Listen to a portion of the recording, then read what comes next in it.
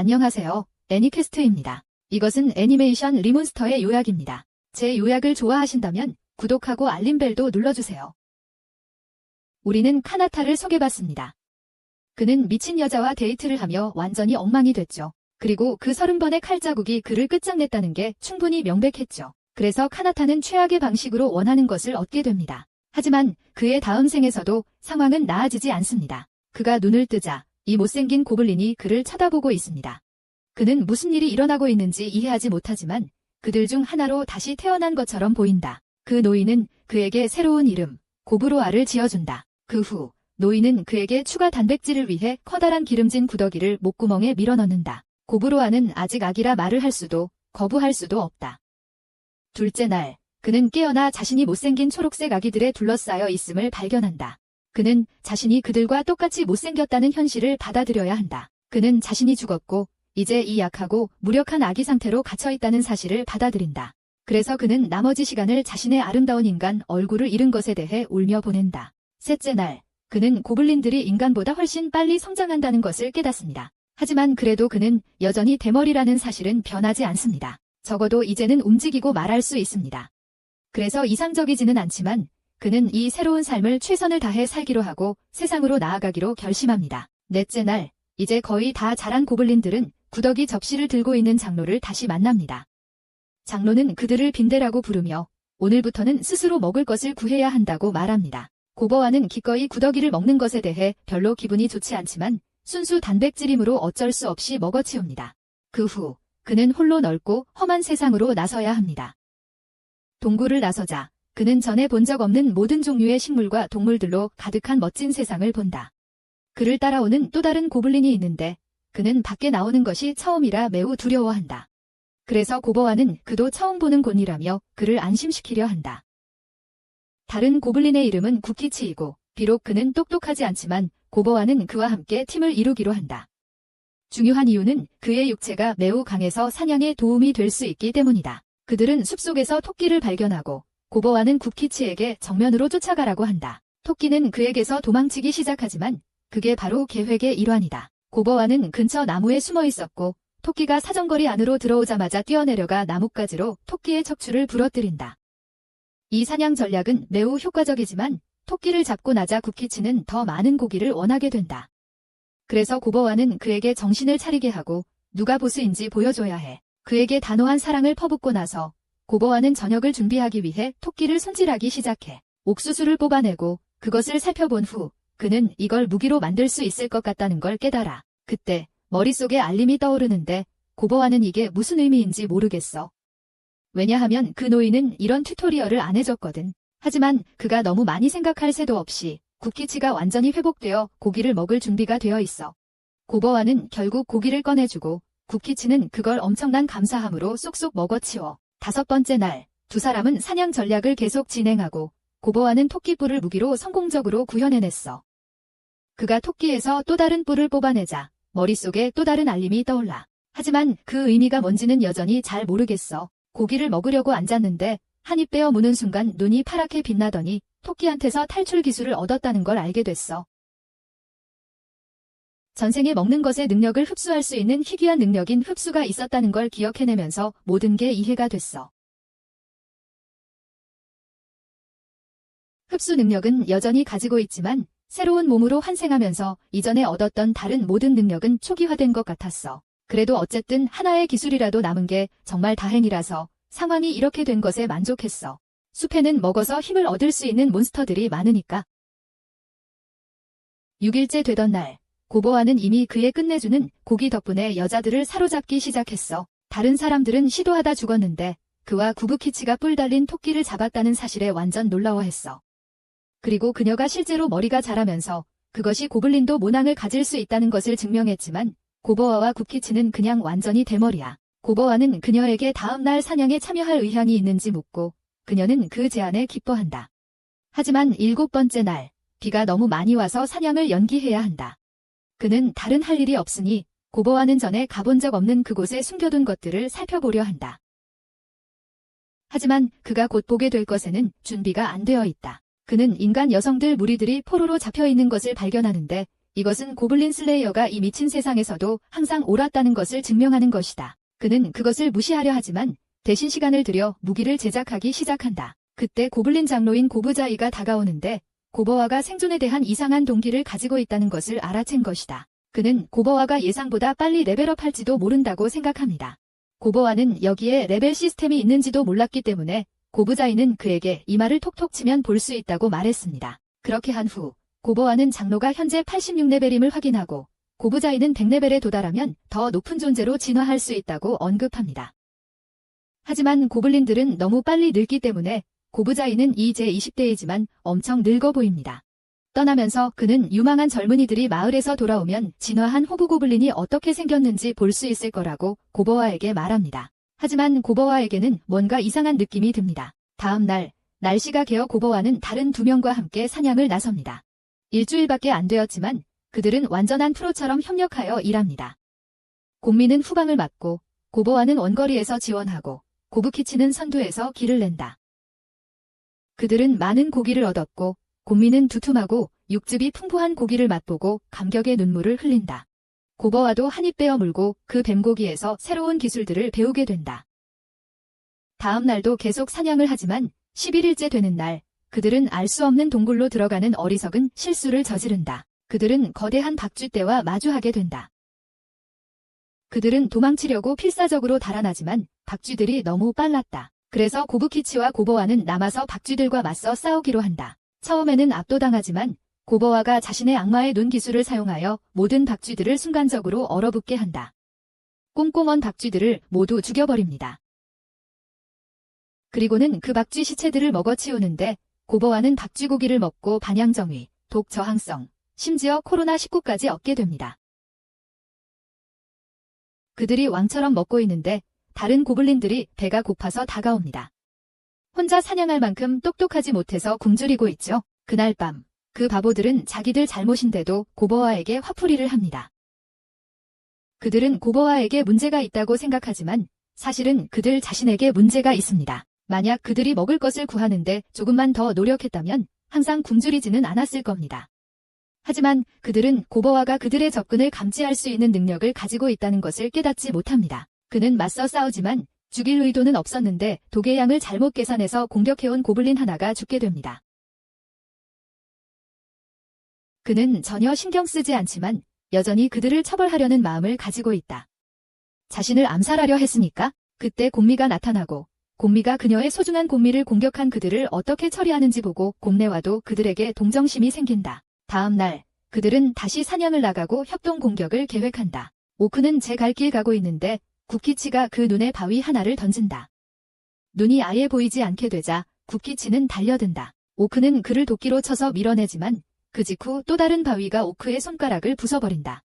그 후 그들은 곤봉으로 오크의 무릎을 부숴버린다. 그리고 곰네가 끝내 그 오크의 머리를 여러 번 찔러서 처치한다. 그 오크가 죽으면 그들은 그 고기를 먹기 시작한다. 하지만 남은 고기가 너무 많아서 고버와는 그걸 모두 동굴로 가져가기로 결심했다. 왜냐하면 그가 하고 싶은 일이 있었기 때문이다. 그들이 남은 고기를 모두 가져오면 고버와는 굶주리고 피곤한 고블린들을 모아서 원하는 만큼 고기를 먹어도 된다고 말한다. 처음에는 망설였지만 하나씩 고블린들은 무릎을 꿇고 고버와의 맛있는 고기를 마치 돼지처럼 처먹기 시작한다. 그들을 보며 고버와는 자신이 과거의 삶에서 이렇게 사람들을 도와주지 않았을 텐데 아마도 환생이 몸만 바꾼 게 아니라 다른 것도 변화시킨 건 아닐까 생각한다. 그날 밤 모두가 기절한 후 고버와는 자신도 잠을 자려고 누웠지만 귀찮은 알림이 머릿속에서 떠나지 않는다. 계속해서 자신이 레벨 요구치를 초과했다고 하며 곧 호그로블린으로 진화할 거라고 말한다. 하지만 그는 너무 졸려서 신경을 쓰지 않는다. 다음 날 아침 고버와가 깨어나 보니 이상한 일이 벌어졌습니다. 자신의 모습이 달라져 있었던 거죠. 하룻밤 사이에 외모가 변한 이유를 궁금해하며 어리둥절해했습니다. 게다가 환생 전 자신의 모습과 훨씬 닮았고 무엇보다 중요한 건 대머리가 아니었다는 겁니다. 구부키치도 똑같은 일을 겪었고 고부미는 변함없었지만 친구들의 새로운 모습을 좋아했습니다.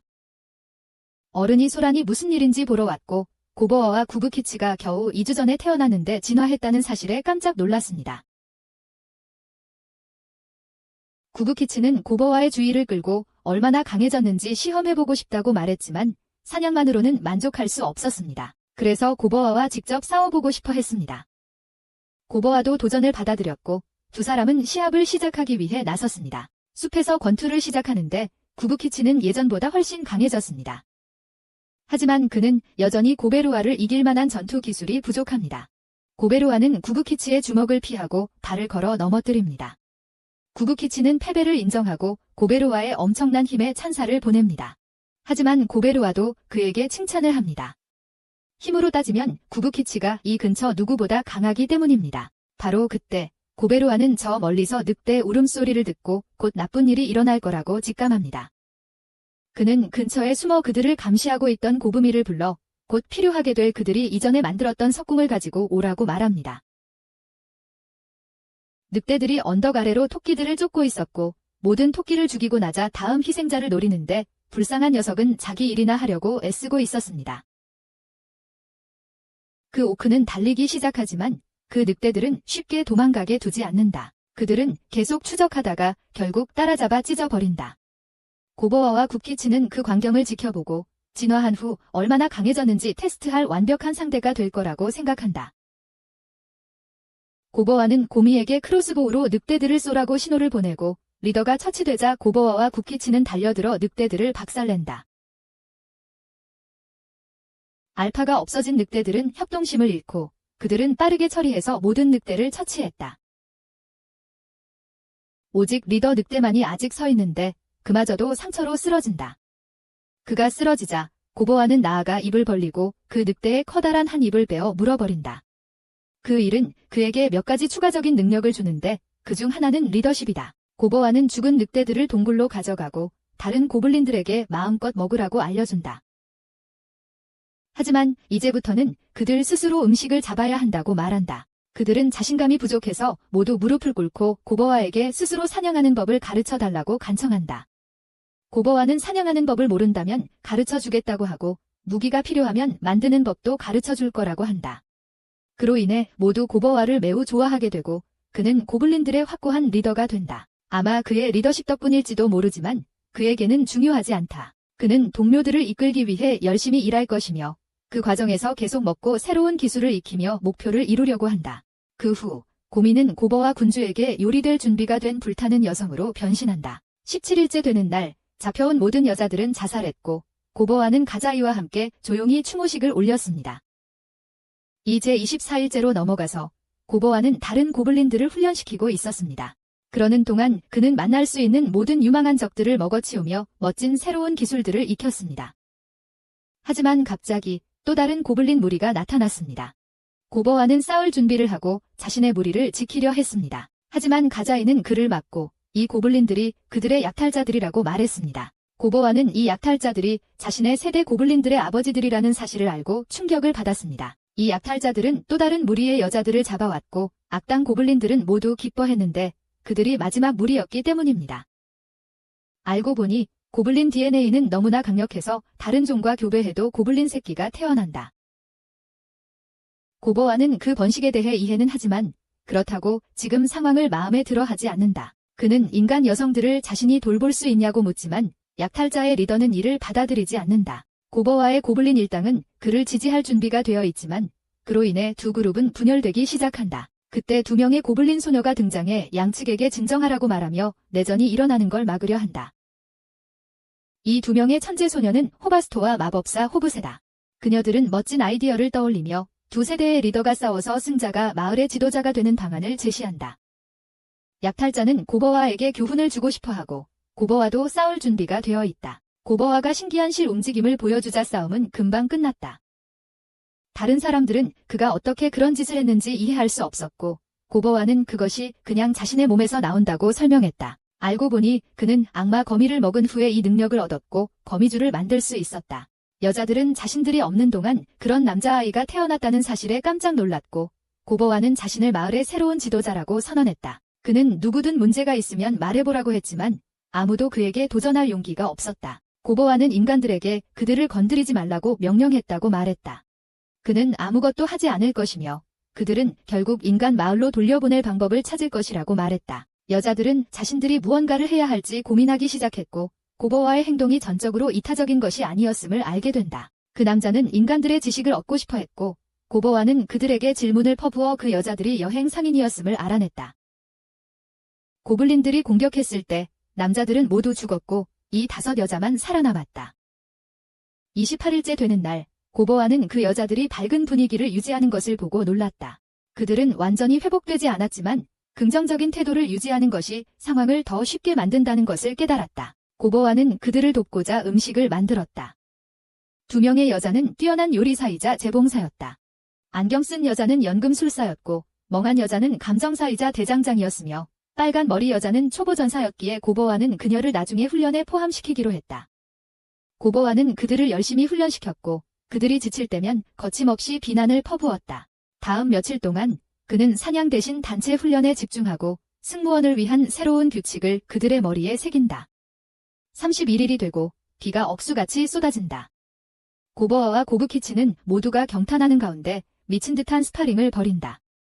그날 밤 고보와는 몇몇 고블린들이 인간 여성들을 만지는 그의 규칙을 어기려고 하는 걸 감지한다. 고보와는 그들 중 1명을 무자비하게 처치하고 나머지들을 제압한다. 그는 자신이 세운 규칙에 대해 다시 한번 상기시키고 험담을 한 고블린을 처벌한다. 고보와는 여성들에게 사과하고 빨간 머리 여성은 그의 품에서 흐느끼며 울기 시작한다. 다른 고블린들이 나타나자 고보와는 고부키치에게 제압된 고블린들을 밖으로 데려가라고 지시한다. 그는 또한 곧 자신이 할 일을 목격하게 하려고 고부미에게 나머지 부하들을 불러 모으라고 합니다. 밖에서 고보와는 이 바보들을 본보기로 삼아 다른 이들에게 분명한 메시지를 보냅니다. 그는 마치 내일이 없는 것처럼 그들을 흠씬 두들겨 패며 마을의 규칙을 모두에게 확실히 이해시킵니다. 모두가 명확하게 메시지를 이해했으므로 고보와는 그들을 해산시킵니다. 고보와는 그들의 목숨을 빼앗는 직전까지 멈추지만 가장 심하게 얻어맞은 하비우케는 다음날 아침 죽습니다.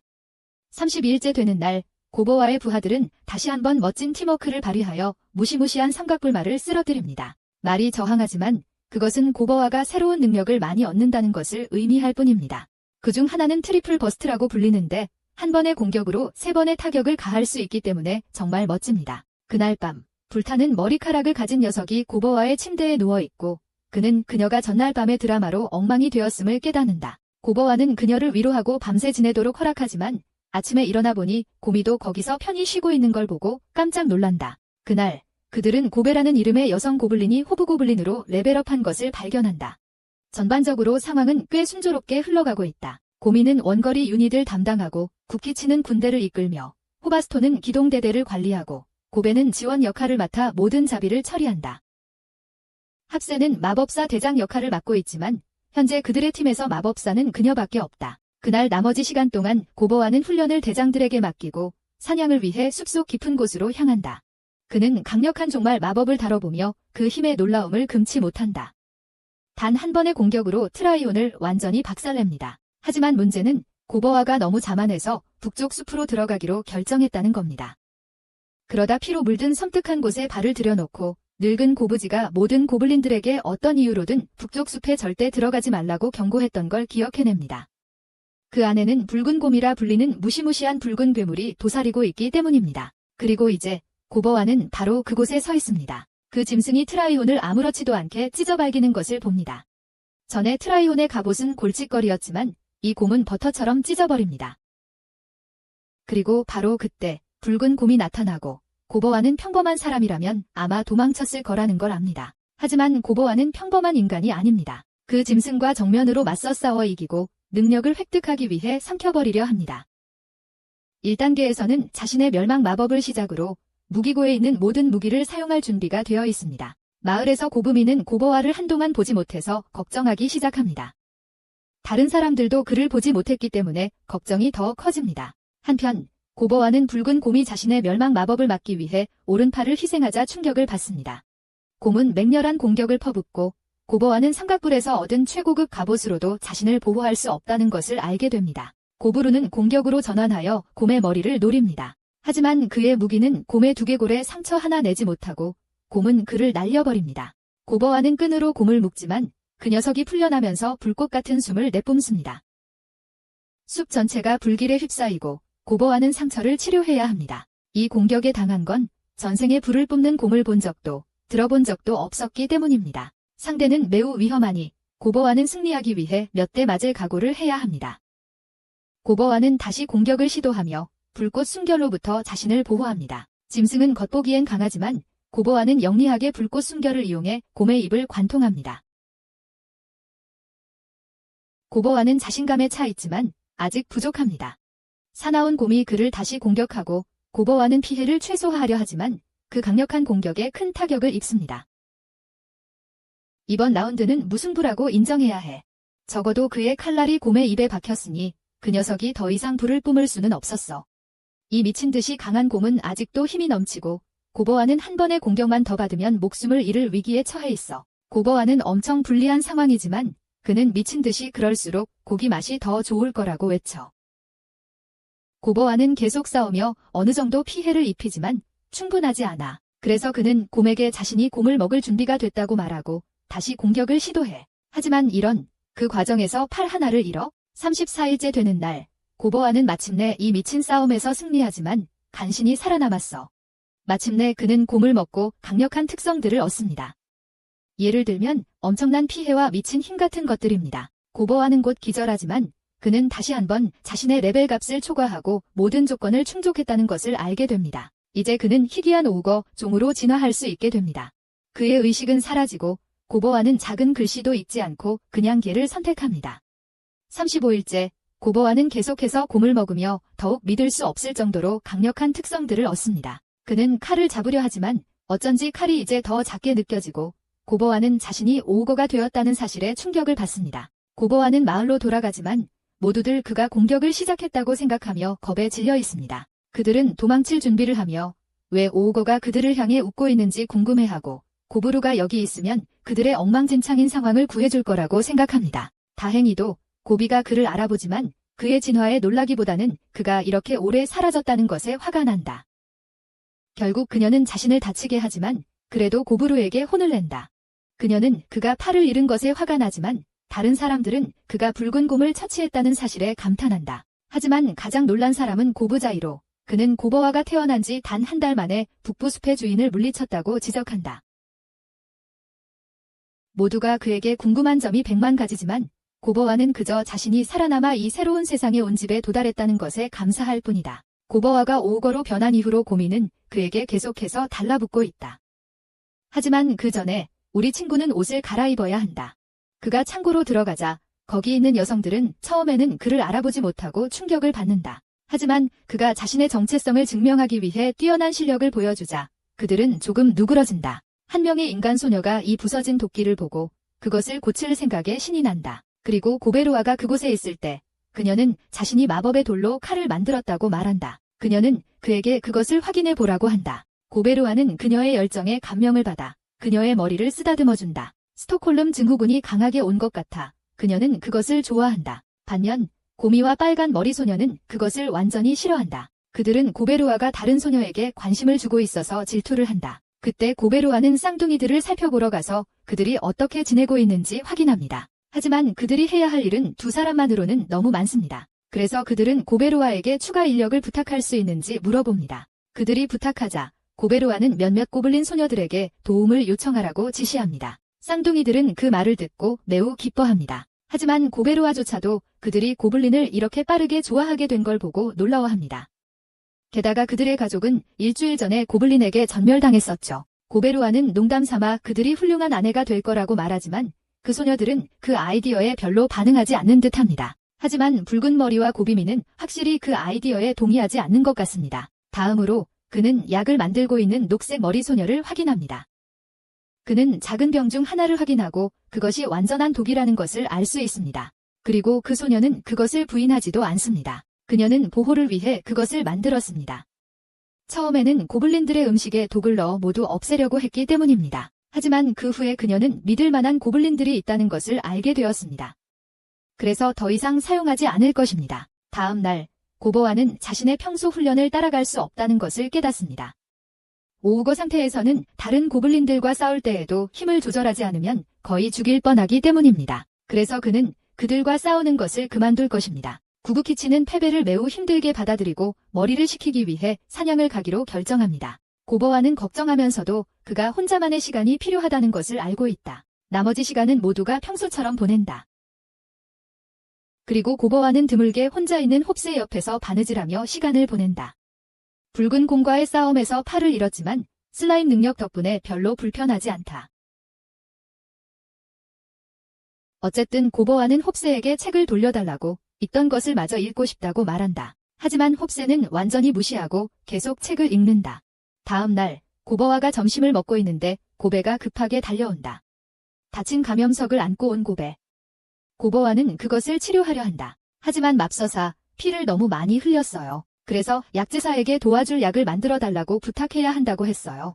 치료 후 카번클은 혼란스러워하며 깨어나 대체 무슨 일이 일어난 건지 주변에 있는 낯선 사람들은 누구인지 궁금해합니다. 그들은 그녀에게 상황을 설명해주고 그녀는 목숨을 구해줘서 매우 감사해합니다. 모두 낯선 사람들이지만 그녀는 자신을 귀한 자라고 소개하며 얼마 전 인간들에게 공격을 받았다고 말합니다. 그리고 그 때문에 그렇게 심하게 다쳤다고 합니다. 카번클 이마의 보석은 엄청난 돈, 10억 골드 코인이나 그 정도의 가치가 있다고 합니다. 그들이 그것 때문에 그녀를 죽이려 했던 것도 당연합니다. 리터너는 자신을 쫓고 있는 모험가들을 떼어놓을 수 있도록 고베로아에게 도와달라고 간청한다. 그녀는 시간이 얼마 남지 않았다는 것을 알고 있다. 알고 보니 리터너는 오래전에 한 전설적인 마법사가 자신의 보물을 지키기 위해 만든 인공 카르번클이었다. 하지만 공격을 받는 동안 그녀를 살게 하는 핵이 심각하게 손상되었다. 그래서 이렇게 살아남을 수 있는 시간은 길지 않았다. 그녀의 주인은 인간에 대해 큰 원한을 품고 있었고 죽어서도 그 원한을 풀지 않았다. 그는 자신의 전설적인 보물이 인간의 손에 들어가는 것보다는 차라리 그것이 고블린들의 손에 넘어가는 걸 원했다. 그래서 고베로아가 그녀가 쫓고 있는 모험가들을 처치하는 걸 도와준다면 그녀는 기꺼이 모든 보물을 그에게 넘기겠다고 한다. 이건 정말 금같은 기회이기 때문에 고베로아는 쉽게 놓칠 수 없었다. 그는 모두를 모은 후 오늘 이 보물 장소에 가서 인간들을 겁주기로 했다고 폭탄 선언을 한다. 그는 대장장이 소녀에게 며칠 전에 말했던 영혼석 칼이 있냐고 묻고 그녀는 그것을 건넨다. 고버웬 칼을 좋아하는 편은 아니지만 이 바보들을 겁주려면 빈손으로 가는 것보단 낫다고 생각한다.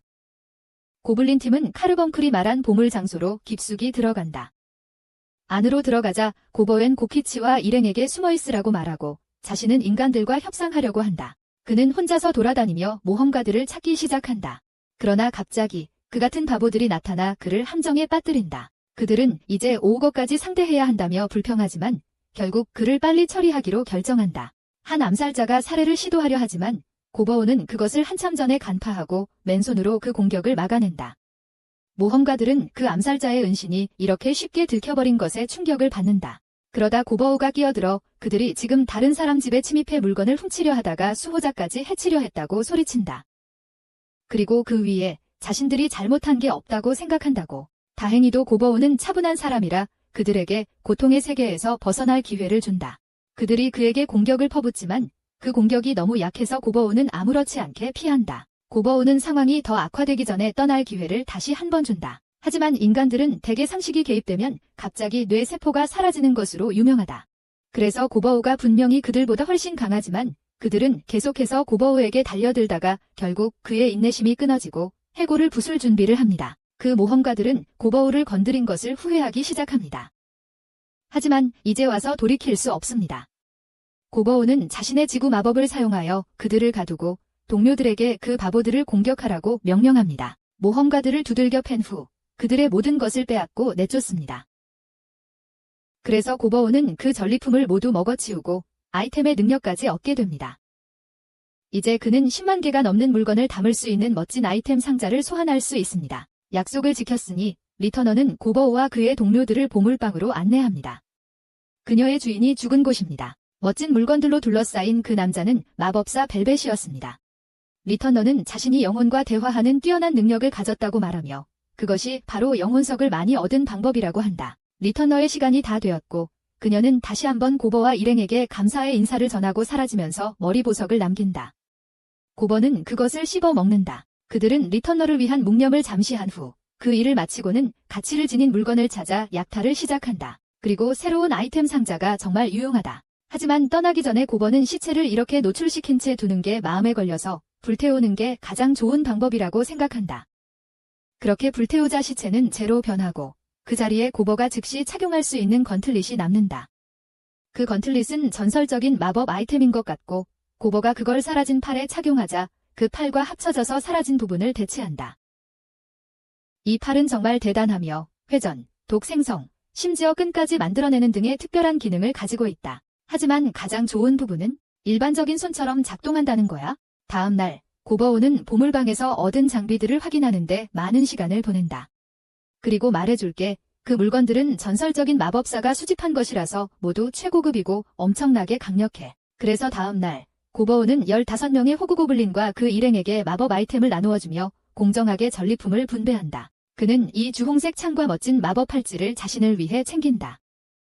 이제 그는 3개의 전설적인 마법 아이템을 모두 자기만을 위해 사용하고 있다. 40일째 되는 날 고버오는 호구고블린들 중 누가 최고인지를 알아보기 위해 전투를 설정하기로 한다. 다음 날 그는 아침 일찍 일어나 본 적 없는 사냥감을 추적하러 떠난다. 첫 번째는 이 황금 거미인데 그는 그놈을 단 한 방에 처치한다. 그리고 그 고기를 먹고 나서 황금실을 만들 수 있는 새로운 능력을 얻는다. 숲속을 계속 헤쳐나가던 중 그는 빛에 휩싸인 나무 아래에 서게 된다. 이건 조금 문제인데 이곳은 드라이어드라는 생물들의 영역이기 때문이다. 드라이어드들은 지능이 있는 종족의 남자들을 사냥하고 그들을 유인해 먹이를 삼는다. 고부지는 고버옹에게 이들에 대해 알려졌고 그는 개인적으로 드라이어드에게 빨려들고 싶어한다. 하지만 고버옹은 그런 호화로운 일은 절대 하지 않을 것이다. 적어도 그는 스스로에게 그렇게 말하지. 드라이어드가 나타나서 아주 가까이 다가오는 순간 고버는 싸구려 정장처럼 맥없이 무너져. 침착하려 하지만 이 세계에서 여전히 처녀인 걸 떠올리지. 그리고 모든 이성적인 생각은 창밖으로 날아가고 고버는 그의 신성한 기술, 황금 당근을 펼치네. 드라이어드는 자신이 본 것에 완전히 압도당하고 다음 5시간 동안 엄청난 일들이 벌어졌다고만 말하지. 그리고 마침내 끝나자 드라이어드는 그에게 빨리 다시 와서 더 많은 시간을 보내달라고 애원하지. 고버는 근처 폭포로 가서 몸을 씻어.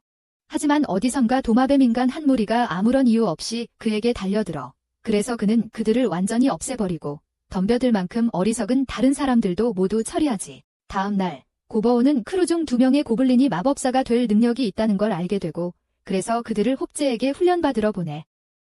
하지만 그는 다른 고블린들에게 가르친다는 생각에 홉제의 얼굴을 보고 뭔가 불편함을 느껴. 한편 동굴에 있는 모든 여자들이 갑자기 고버오와 사이가 나빠졌고 그는 그 이유를 알 수 없었어. 아무도 말하려 하지 않거든. 그래서 그는 가장 차분해 보이는 초록 머리의 여자에게 가서 물어봐. 그녀는 그에게 모든 여자들이 화가 났다고 말해. 왜냐하면 그들이 고버오가 최근에 막 더럽게 지내고 있다는 걸 알았거든. 그의 몸에 있는 드라이어드의 자국이 눈에 띄어서 그들은 자신들이 먼저 선택되지 않은 걸 질투하고 있어. 심지어 초록 머리의 여자도 같은 기분이지만 그녀는 질투하며 침묵하는 대신 자신의 감정을 좀 더 능동적으로 표현하기로 선택해. 이런 상황에서 고버오는 마치 부드러운 담요처럼 순순히 굴복하는 걸 알지만 고브맨은 자신도 한몫 얻지 않으면 그냥 넘기지 않을 거야. 알고 보니 다른 모두가 같은 생각을 하고 있었어.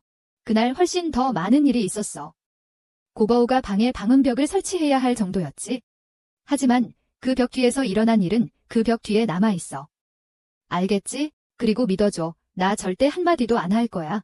얼마 후 고버오는 누군가 오는 것을 감지했고 그것은 화려한 요정들이었어. 인간들은 그들의 보물을 빼앗을 수 있다고 생각하며 요정들을 공격하려 했고 요정들은 고블린의 도움을 간청했어. 이 요정은 정말 불쾌한 태도를 가졌지만 마을에 2달치 식량을 제공했어. 고부자이는 좋은 거래라고 생각했지만 고버오는 놀랍게도 거절했어. 그들의 상황 따위 신경 안 써. 그저 도움 요청을 진솔하게 해달라는 거야. 그 자는 고버르를 공격하려 하지만 고버르는 무시무시한 눈빛 하나로 그들을 겁먹게 만들어. 고버르는 숨겨진 궁수들을 물러가라고 경고하지만 이 바보들은 고버르를 상처 하나 입힐 수 없다는 걸 모르고 계속 공격해. 요정이 공격을 중단하고 고버르는 기분이 좋지 않다는 이유로 제안을 거절하는 이유를 설명해. 어쨌든 고블린들은 같은 숲에 살고 있으니 인간들이 문제를 일으킨다면 고버르는 협력하는 것도 나쁘지 않아. 그러자 고버르는 전설적인 무기를 꺼내 모두를 놀라게 하며 모든 요정들을 위압해.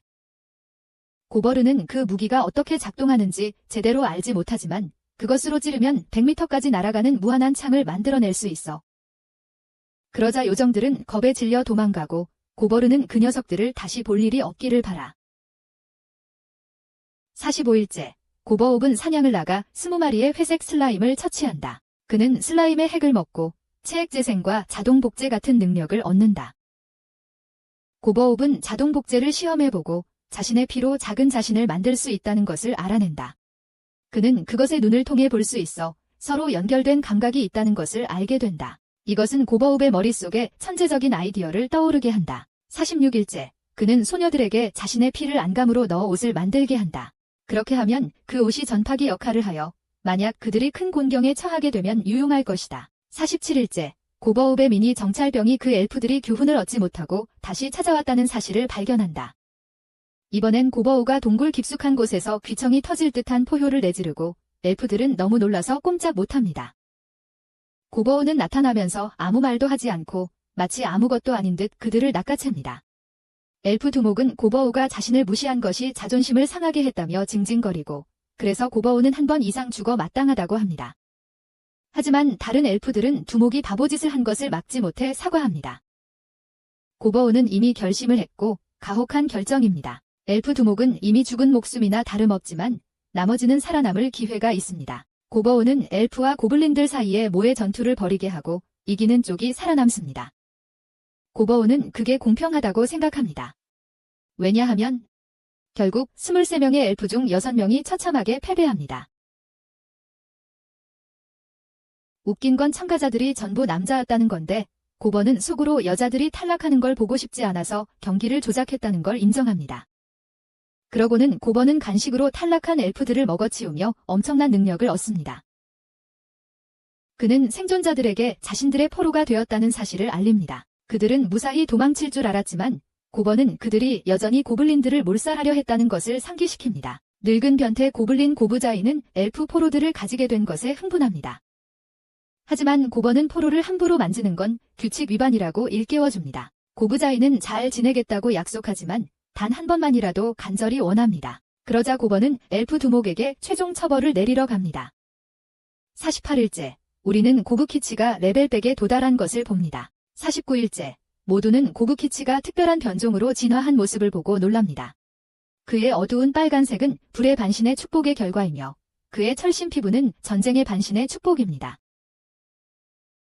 고부키치는 고버옹이 오거가 된 이후로 상대가 없어서 싸워본 적이 없다고 설명하고 고부키치는 그가 결코 따라잡을 수 없을까 봐 걱정했다고 말합니다. 하지만 이제 고부키치는 달라졌고 그들은 밖에서 멋진 훈련을 합니다. 고버옹은 여전히 싸움에서 고부키치에게 크게 이기지만 고부키치는 꽤 잘 싸웁니다.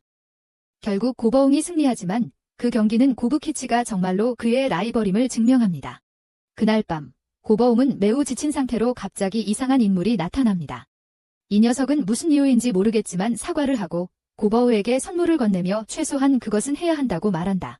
고버오는 방금 일어난 일을 전혀 이해하지 못한 채 혼란스러워하며 깨어난다. 51일째, 고버오는 고키치가 다른 이들에게 영감을 주었는지 궁금해하기 시작하는데 이제 그들은 새로 4명의 호그골린을 데려왔다. 그중 한 명은 마법사의 기술을 가지고 있고 또 다른 한 명은 성직자가 될 예정이다. 이 성직자는 호부즈라는 이름을 가지고 있으며 가능한 한 많은 사람들을 치유하겠다고 약속한다. 호부세이는 진화도 했고 레벨업하여 반마법 군주로서 군주 가문에 속하게 되었다. 대부분의 마법 군주들은 그녀의 팔에 이런 멋진 표식이 없지만 고버오는 그것들이 자신의 몸에 있는 것과 똑같다는 것을 알아챈다. 호부세이는 너무 많은 만화가 흐르고 있어서 자신의 힘을 밖에서 시험해보고 싶어 안달이 난다. 그녀는 경악스러운 화염 공격으로 엄청난 힘을 과시하며 최소 20번 이상 더 할 수 있다고 말합니다. 정말 엄청난데.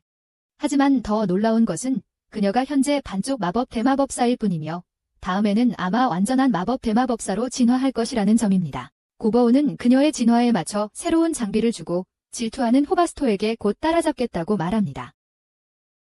고버오는 최근 진화가 엄청나게 일어나고 있다는 것을 깨닫고 그 모든 것이 자신 때문이라고 의심합니다. 고블린의 생후 첫 달 환경이 성장 속도에 큰 영향을 미칩니다. 모두가 강해지는 것을 보는 것은 정말 멋지지만 고버오는 마을의 모든 고블린이 그렇게 운이 좋은 것은 아니라고 인정합니다. 52일째, 고블린들의 노년층이 불평을 늘어놓기 시작합니다. 그들은 최선을 다해 따라가려고 했지만 이 젊은 고블린들이 그들을 바닥에 두고 가버려서 결국 마을을 떠나기로 결정한다. 그리고 믿기 어렵겠지만 고버오는 그들이 자신을 배신했다고 해서 죽이지 않는다. 그는 그들이 아무것도 훔친 게 아니기 때문에 떠나고 싶다면 그들의 선택이라고 설명한다. 그리고 고버우는 그들에게 작별 선물까지 준다. 메틀로 만들어진 날카로운 칼, 정말 멋진 마법의 칼을. 53일째, 고버우는 오크에게 처참히 당한 인간을 발견한다. 그 사람은 거의 끝난 상태였지만 고버우가 그를 먹고 나서 그 사람이 아주 흥미로운 능력을 가졌다는 것을 알게 된다. 고버우는 그 사람을 기르기 위해 그 능력을 활용하고자 한다. 이 능력은 몬스터 테이머라고 불러. 그날 밤, 고버우는 행복해서 미친 듯이 웃고 있었어. 왜냐면 연금술사가 술을 만들었다고 밝혔거든. 54일째, 고버우는 마을의 고령 세대 고블린들이 떠났다고 발표하고 다른 사람들에게 그들과 함께 갈 기회를 제공해. 하지만 결국 아무도 떠나고 싶어 하지 않아서 모두 잔을 들어 건배를 했어. 55일째, 천재 고버우는 자기 피를 담은 귀걸이를 만들기 시작했어. 그래서 그걸 통신장치로 사용할 수 있게 하려고. 56일째, 고버우는 그 귀걸이가 제대로 작동한다는 걸 확인하고 모두가 착용할 수 있도록 충분히 만들었어. 57일째, 고블린이 트라이온을 처치했고 고버우는 그 인간한테서 받은 몬스터 테이머 능력을 시험해 보기로 했어. 그리고 대박, 완벽하게 작동했어. 트라이온은 그들의 첫 번째 퍼미려, 동료가 되었다. 이제 58일째, 고버로는 멋진 큰 곰 퍼미려도 하나 갖고 있다는 사실이 드러난다. 그는 또한 검은 늑대 무리의 리더를 애완동물로 키우고 있으며 인간 여성들을 위한 궁극적인 바디가드도 있다. 하지만 59일째, 고버로는 큰 충격을 받는다. 이전에 그 약한 빨간 머리 여자애. 그녀는 완전 베데스 전사로 변해버렸고 식사 중에 고버로는 그녀가 새 직업을 얻었다는 사실에 놀란다. 조금 후, 그녀는 뛰어난 사냥 실력을 자랑하며 고버로는 그녀의 새 직업이 그림자 병사라는 사실을 말한다. 기본적으로 그녀는 주기적으로 괴물을 먹어야만 죽지 않는다. 하지만 젠장, 그건 엄청난 성장을 이끌어낸다. 그 후, 고버옥은 인간들이 숲속에서 고블린들을 공격하고 있다는 소식을 듣고 인간들과의 전쟁이 거의 다가왔음을 깨닫는다. 60일째가 되자 고버옥은 그의 탐색 능력으로도 감지할 수 없는 무언가에게 쫓기고 있는 코볼트를 느낀다. 코볼트들이 동굴에 도달했을 때 그들은 쫓고 있는 존재들이 마법으로 움직이는 해골들임을 알게 된다. 고미의 궁수들이 해골들을 쏘지만 그들의 화살은 전혀 효과가 없다. 해골들이 엄청나게 많아서 고키치는 상황이 정말 나빠질 것이라고 걱정한다. 하지만 고버읍의 탐색 능력은 해골들 뒤에 있는 하나의 중요한 신호를 감지하게 해주는데 아마 그 신호가 해골들을 만들고 있는 존재일 것이다. 다른 이들은 해골들과 싸우려 하지만 호바사토의 공격으로 고버읍은 뭔가를 깨닫게 된다. 그것들을 자르는 건 아무 소용이 없지만 부수는 건 엄청나게 효과적이다. 그들은 모두 무기를 버리고 그 놈들을 좌우로 두들기기 시작한다. 하지만 여전히 너무 많은 적들이 있어서 고버는 이걸 끝내야겠다고 결심한다. 그는 머릿속으로 카운트다운을 시작하며 해골 군대를 뚫고 나아간다. 그는 3초를 남기고 끝내지만 그 덕분에 그 모든 해골들을 소환하던 괴물을 처치할 수 있었다. 그 괴물을 먹음으로써 그는 하위 언데드를 소환하고 고급 장비를 물질화하는 등 여러 강력한 능력을 얻는다. 그 모든 일이 끝난 후 코볼트들은 자신들의 실수에 대해 사과한다. 알고 보니 그들이 실수로 벨베데 보물 창고를 파헤쳤고 그 전에 고블린들이 약탈한 곳이었다. 그곳에서 큰 나쁜 해골이 있는 수호자를 깨운 것이다. 살아남기 위한 마지막 수단으로 그들은 무시무시한 흑색 오우거로 알려진 고버우의 동굴로 필사적으로 도망쳤다. 이제 이 코볼트들은 고버우를 자신들의 지배자라고 부르지만 그는 그들에게 자신의 종족을 얼마나 많이 없애왔는지 분명히 상기시킨다. 하지만 그들은 그가 자신의 목숨을 구해준 것에 엄청나게 감사하고 있으며 강한 자가 약한 자를 먹는 정글의 법칙임을 이해한다. 그들은 고버우에게 목숨을 비쳤기에 앞으로 자신들에게 일어날 일은 전적으로 고버우에게 달려있다고 선언한다. 고버우는 그것을 이해하고 그들의 성직자에게 상처를 치료하게 한 후 동굴 안에 있는 모든 사람들을 둘러본다. 그는 모든 일이 어떻게 일어났는지 전혀 알지 못하지만 엄청나게 흥미로운 무리를 거느리게 되었다. 61일째 되는 날, 고버우는 고부키치와 함께 사냥을 나가고 12명의 무장한 병사들이 이동하는 것을 발견한다. 그들은 그들을 따라가기로 결정하고 고버우는 자신의 뛰어난 청력을 이용해 그들의 대화를 엿듣는다. 알고 보니 이 인간들은 엘프 족장 딸을 납치하려고 계획 중이었고 엘프 중 한 명이 그들에게 정보를 제공한 것 같아. 족장 딸이 축제에서 돌아올 때 인간들은 공격을 시작해. 그들은 그녀의 경호원을 손쉽게 처치하고 그녀를 붙잡아. 고버우는 그냥 가만히 있을 수 없어서 그녀를 구하고 모든 인간들을 포로로 잡아. 62일째, 내 친구는 인간 군대가 20일 후에 공격할 거라는 걸 알게 돼. 고버우는 그 인간 12명을 다 처치하고 멋진 능력들을 얻어. 엘프 소녀가 깨어났을 때 그녀는 고버우를 보고 매우 두려워해. 고버우는 그녀가 날개를 가지고 있다는 걸 알아차리는데 그건 엘프에게는 흔치 않은 일이야. 고버우는 그녀를 진정시키려고 하지만 그녀는 그가 자신에게 엉뚱한 짓을 할 거라고 생각하며 당황하고 있다. 결국 그녀는 진정차를 마시고 조금 차분해지지만 고버우가 그녀의 경비들을 구하지 못했다고 말하자 화가 난다. 그녀는 그가 그들이 공격당하는 것을 그냥 지켜만 보고 있었다고 비난하지만 고버우는 인간과 엘프의 전쟁은 그의 일이 아니라고 설명한다. 고버우는 그녀에게 엘프들 중에 배신자가 있다는 것을 알려주며 그 점에 더 화가 나야 한다고 말한다. 그녀는 미친 듯이 울기 시작하고 고버우는 그녀에게 집으로 돌아가기 전에 좀 쉬라고 말한다. 그날 밤 고버우는 그 늙은 변태에게 엘프 소녀와 몸을 가까이 하지 말라고 일러준다. 63일째 되는 날 그들은 소녀를 엘프 마을로 데려다준다. 그녀는 날개는 오직 고귀한 엘프들만 가질 수 있는 것이지만 대개는 몸속에 숨겨두고 있다고 설명한다. 그것들은 다른 사람에게 보여줄 용도가 아니지만 그녀는 아직 그것들을 조절하는 방법을 배우고 있어서 가끔 튀어나온다. 그것들이 나타나자 고버우는 25명의 궁수가 자신에게 미스릴 화살을 겨누고 있다는 것을 감지한다. 운 좋게도 추장의 딸이 나서서 그 오우거가 자신의 생명을 구했다고 말한다. 추장은 딸을 구해준 것에 감사하지만 고버우는 순수한 선의로 그렇게 한 것이 아님을 분명히 한다. 그는 보상을 원하고 계산을 한다. 이것이 추장이 사물을 어떻게 판단하는지 볼 기회라고 생각한 고버우는 추장이 그에게 팔레노트라는 이름의 활, 가족의 보물이자 마법 아이템을 보상으로 준다. 딸은 그 활을 내놓자 놀라지만 추장은 그것이 딸의 안전을 위한 작은 대가라고 설명한다. 고버우는 괜찮다고 하며 그 대가로 엘프들에게 인간 군대의 움직임에 대한 정보를 제공하겠다고 제안한다. 두 팀은 이제 모두 긴장을 풀었고 엘프들이 고블린들에게 미스릴 장비를 가득 챙겨주었다. 족장은 실종된 엘리트 전사들에 대해 아는 것이 있냐고 묻지만 고버웁은 모르는 척하며 아무것도 모른다고 행동한다. 감사의 표시로 족장은 고버웁에게 최고급 술을 선물한다. 고버웁은 언제든 도움이 필요할 때 지지해줄 것을 약속하고 그날 밤 그 술이 얼마나 맛있는지 놀라워한다. 64일째 고버웁은 고부미가 레벨업해서 댐피어 변종이 된 것을 보고 깜짝 놀란다.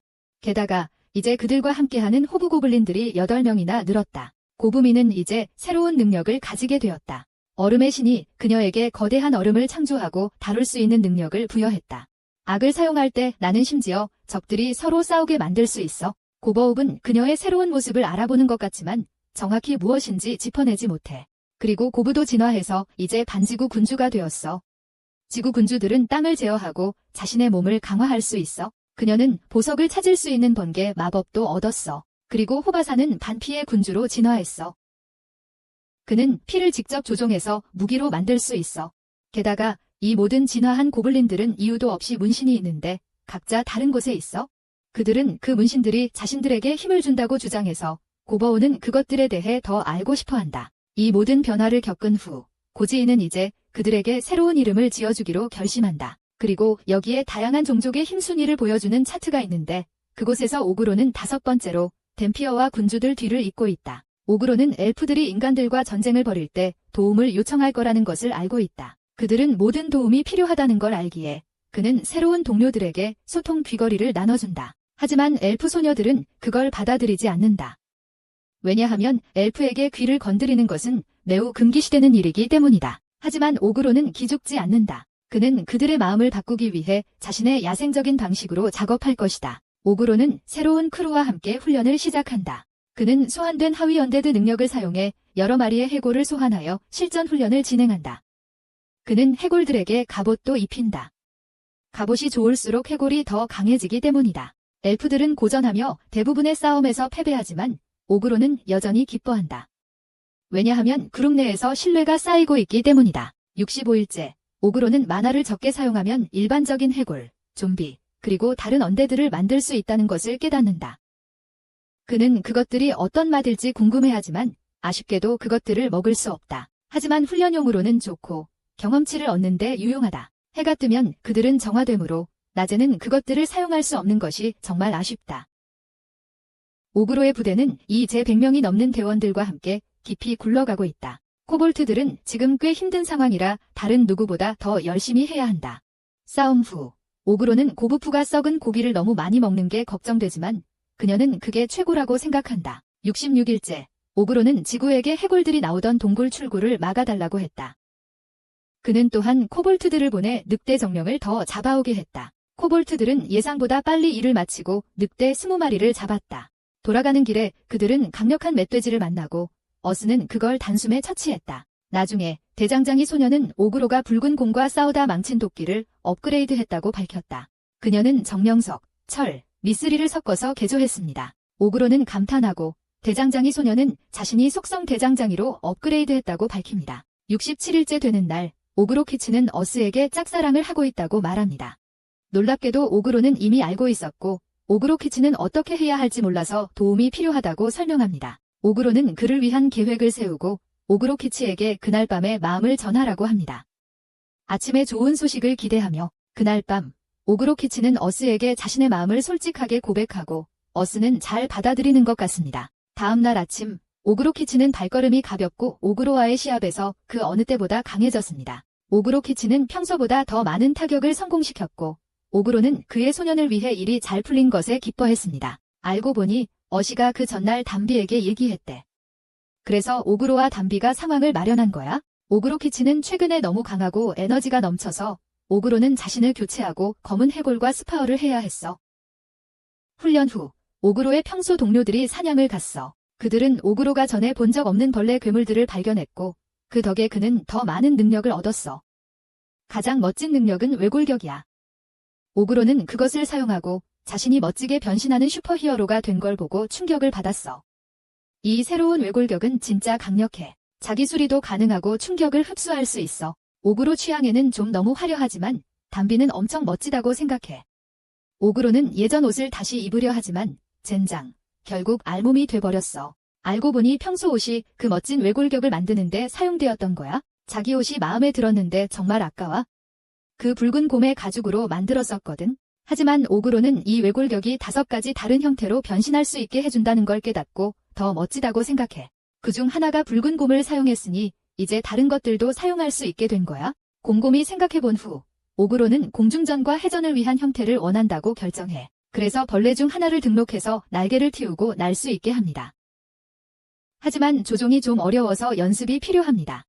69일째 되는 날, 비가 억수로 쏟아집니다. 이 불같은 빨간 머리 여자가 오그로와 싸우려고 합니다. 꾸준히 실력이 늘었기 때문에 요즘 더 많은 훈련을 요구하고 있습니다. 오그로는 그녀가 작은 강아지 같았던 때를 떠올립니다. 하지만 이젠 다 자란 도베르만 같습니다. 그리고 대장장이 여자는 요정들과 정기적으로 만나 새로운 무기에 대한 아이디어를 함께 구상하고 있습니다.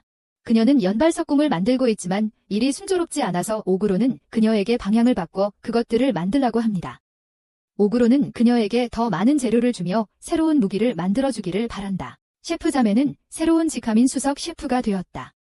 오그로는 그들에게 자신의 과거 삶에서 먹던 요리, 예를 들면 감자칩을 재현해보라고 시켰다. 그 후 오그로는 연금술사와 만나 마법 아이템을 만드는 것에 대해 이야기한다. 그녀는 그에게 검은 해골의 뼈로 만든 이 뼈못을 보여준다.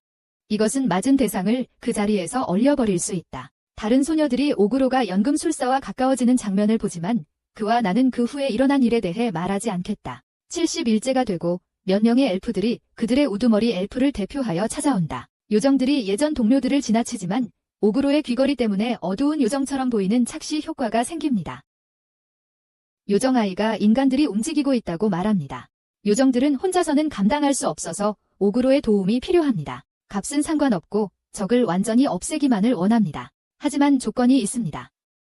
오그로가 계약을 취소하면 계약은 무효가 됩니다. 오그로는 이를 받아들이지만 자기 방식대로 하겠다고 말합니다. 요정족장에게 팔찌를 전달해서 계속 연락하라고 아이에게 말합니다. 정보는 강력한 무기이고 오그로는 자신의 혈족 소형 정찰병들을 숲에 배치했습니다. 그는 모두를 모아 그동안의 노력을 사용할 때가 왔다고 알립니다. 오늘부터 그들은 최고의 용병회사가 될 것입니다. 이제 그들은 프로 전투원들입니다. 모두가 열광하고 있습니다. 오그로는 그들이 파라벨룸 용병회사로 활동하기로 결정합니다. 그는 첫 번째 임무를 받았으니 모두 전투 준비를 하라고 말하고 모두 파라벨룸을 외치기 시작합니다. 71일째 오그로의 파라벨룸 부대는 첫 번째 임무를 시작합니다. 그들은 총 36명으로 출격하고 스펠스의 마법 덕분에 애완 몬스터 37마리가 합류하여 총 73명이 됩니다. 오그로의 부하 중 한 명이 입수한 정보에 따라 새벽에 출발합니다. 인간 군대 기지 주변에는 장벽이 있지만 오그로는 은팔의 속성 능력을 사용해 그걸 부숴버린다. 장벽이 무너지자 어시가 땅을 다루는 능력으로 인간들의 탈출 경로를 차단한다. 좀비와 스펠체가 앞장서서 협력된 마법 공격을 퍼붓는다. 오그로는 해골 무리를 소환하고 창도 던져가며 공격을 이어간다. 하지만 젠장, 그게 인간들을 모두 처치하기엔 부족하다는 걸 깨닫고 놀란다. 그들의 방어를 이끌고 있는 레이디 나이트가 있어 오그로는 그녀에게 자신을 제대로 소개하기 위해 포효한다. 인간들은 블랙 오그로가 언데드를 조종하고 있다는 걸 알아차리고 레이디 나이트는 그를 함께 쓰러뜨리자고 선언한다. 인간 마법사가 공격을 시작하고 오그로는 레이디 나이트가 속도를 높이는 모습을 보고 감탄한다. 그는 상황을 판단하고 자신을 둘러싼 만화를 평가한 그녀를 칭찬했다.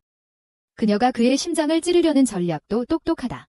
하지만 충분하지 않다. 왜냐하면 오그로는 그녀를 밀어낸다. 그런 다음 오그로는 자신이 보는 게 마음에 든다고 말하며 그들은 모두 그의 포로로 살게 될 것이라고 선언한다. 그 여기사님은 그걸 받아들이지 않았다. 그녀는 그저 그가 죽기를 원했다. 오그로는 그녀를 칭찬하지만 그녀는 그가 자신을 포로로 원한다면 자신의 힘을 보여줘야 한다고 말한다. 만약 그녀가 패배한다면 그는 원하는 대로 무엇이든 할 수 있다. 오그로는 자신의 부하들에게 여기사, 마법사, 여사제, 불의 검을 든 여검사를 제외한 모든 사람을 제거하라고 명령합니다. 그들은 살아있는 채로 잡혀야 하지만 나머지는 모두 없애고 먹어치워도 됩니다. 그런 다음 오그로는 우리에게 다음에 일어날 일, 즉 일방적인 학살에 대해 설명합니다.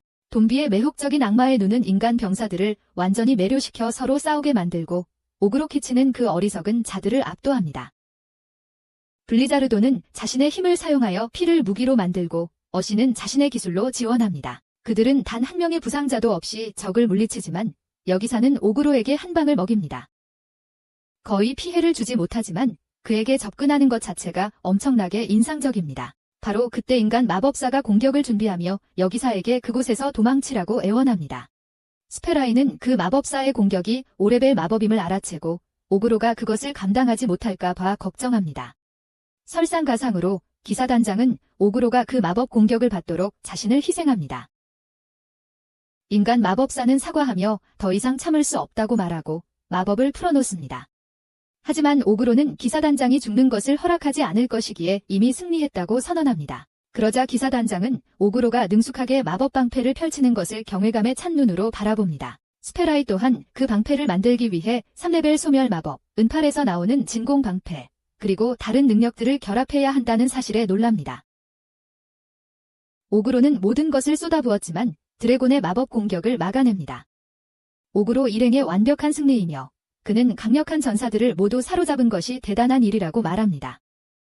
오그로가 연회를 열고 미친 양의 능력을 얻음. 그 후 엘프들이 승리를 축하함.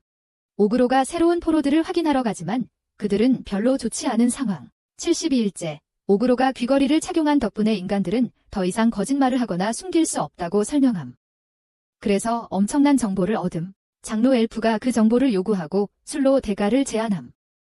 물론 오그로는 그 제안을 받아들임. 오그로가 그에게 보낸 아이템을 사용하여 그는 포로들한테서 얻은 정보를 공유함. 거기에는 인간들이 다음 매복 작전에 사용할 비밀 통로도 포함되어 있습니다. 그들은 엄청난 수적으로 엘프들을 사방에서 공격할 것입니다. 그 정보를 얻은 오그로의 부대는 그 통로들을 따라 이동하며 함정을 설치하고 참호에 숨어 기다리고 있습니다. 인간 군대는 완전 무장한 기사들이 이끌고 있으며 약 500명이나 됩니다.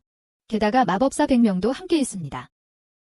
오그로는 엘프들이 정면으로 맞서 싸운다면 엄청나게 길고 힘든 싸움이 될 것이라고 설명합니다. 하지만 오그로와 그의 부대에게는 그저 연습일 뿐입니다. 오그로가 공격을 개시합니다. 그의 부하들은 도망로를 차단하고 바위를 던져 그들의 수를 줄이고 있다. 그들은 500명의 기사에서 300명으로 순식간에 줄어든다. 함정과 화살이 계속해서 그들을 줄여나가고 결국 100명도 채 남지 않는다. 그때 오그로는 지휘관이 부하들에게 주위에서 찾을 수 있는 어떤 물건이든 이용해 벽을 쌓으라고 지시하는 모습을 보고 감탄한다. 전투는 일시적으로 멈춰선다.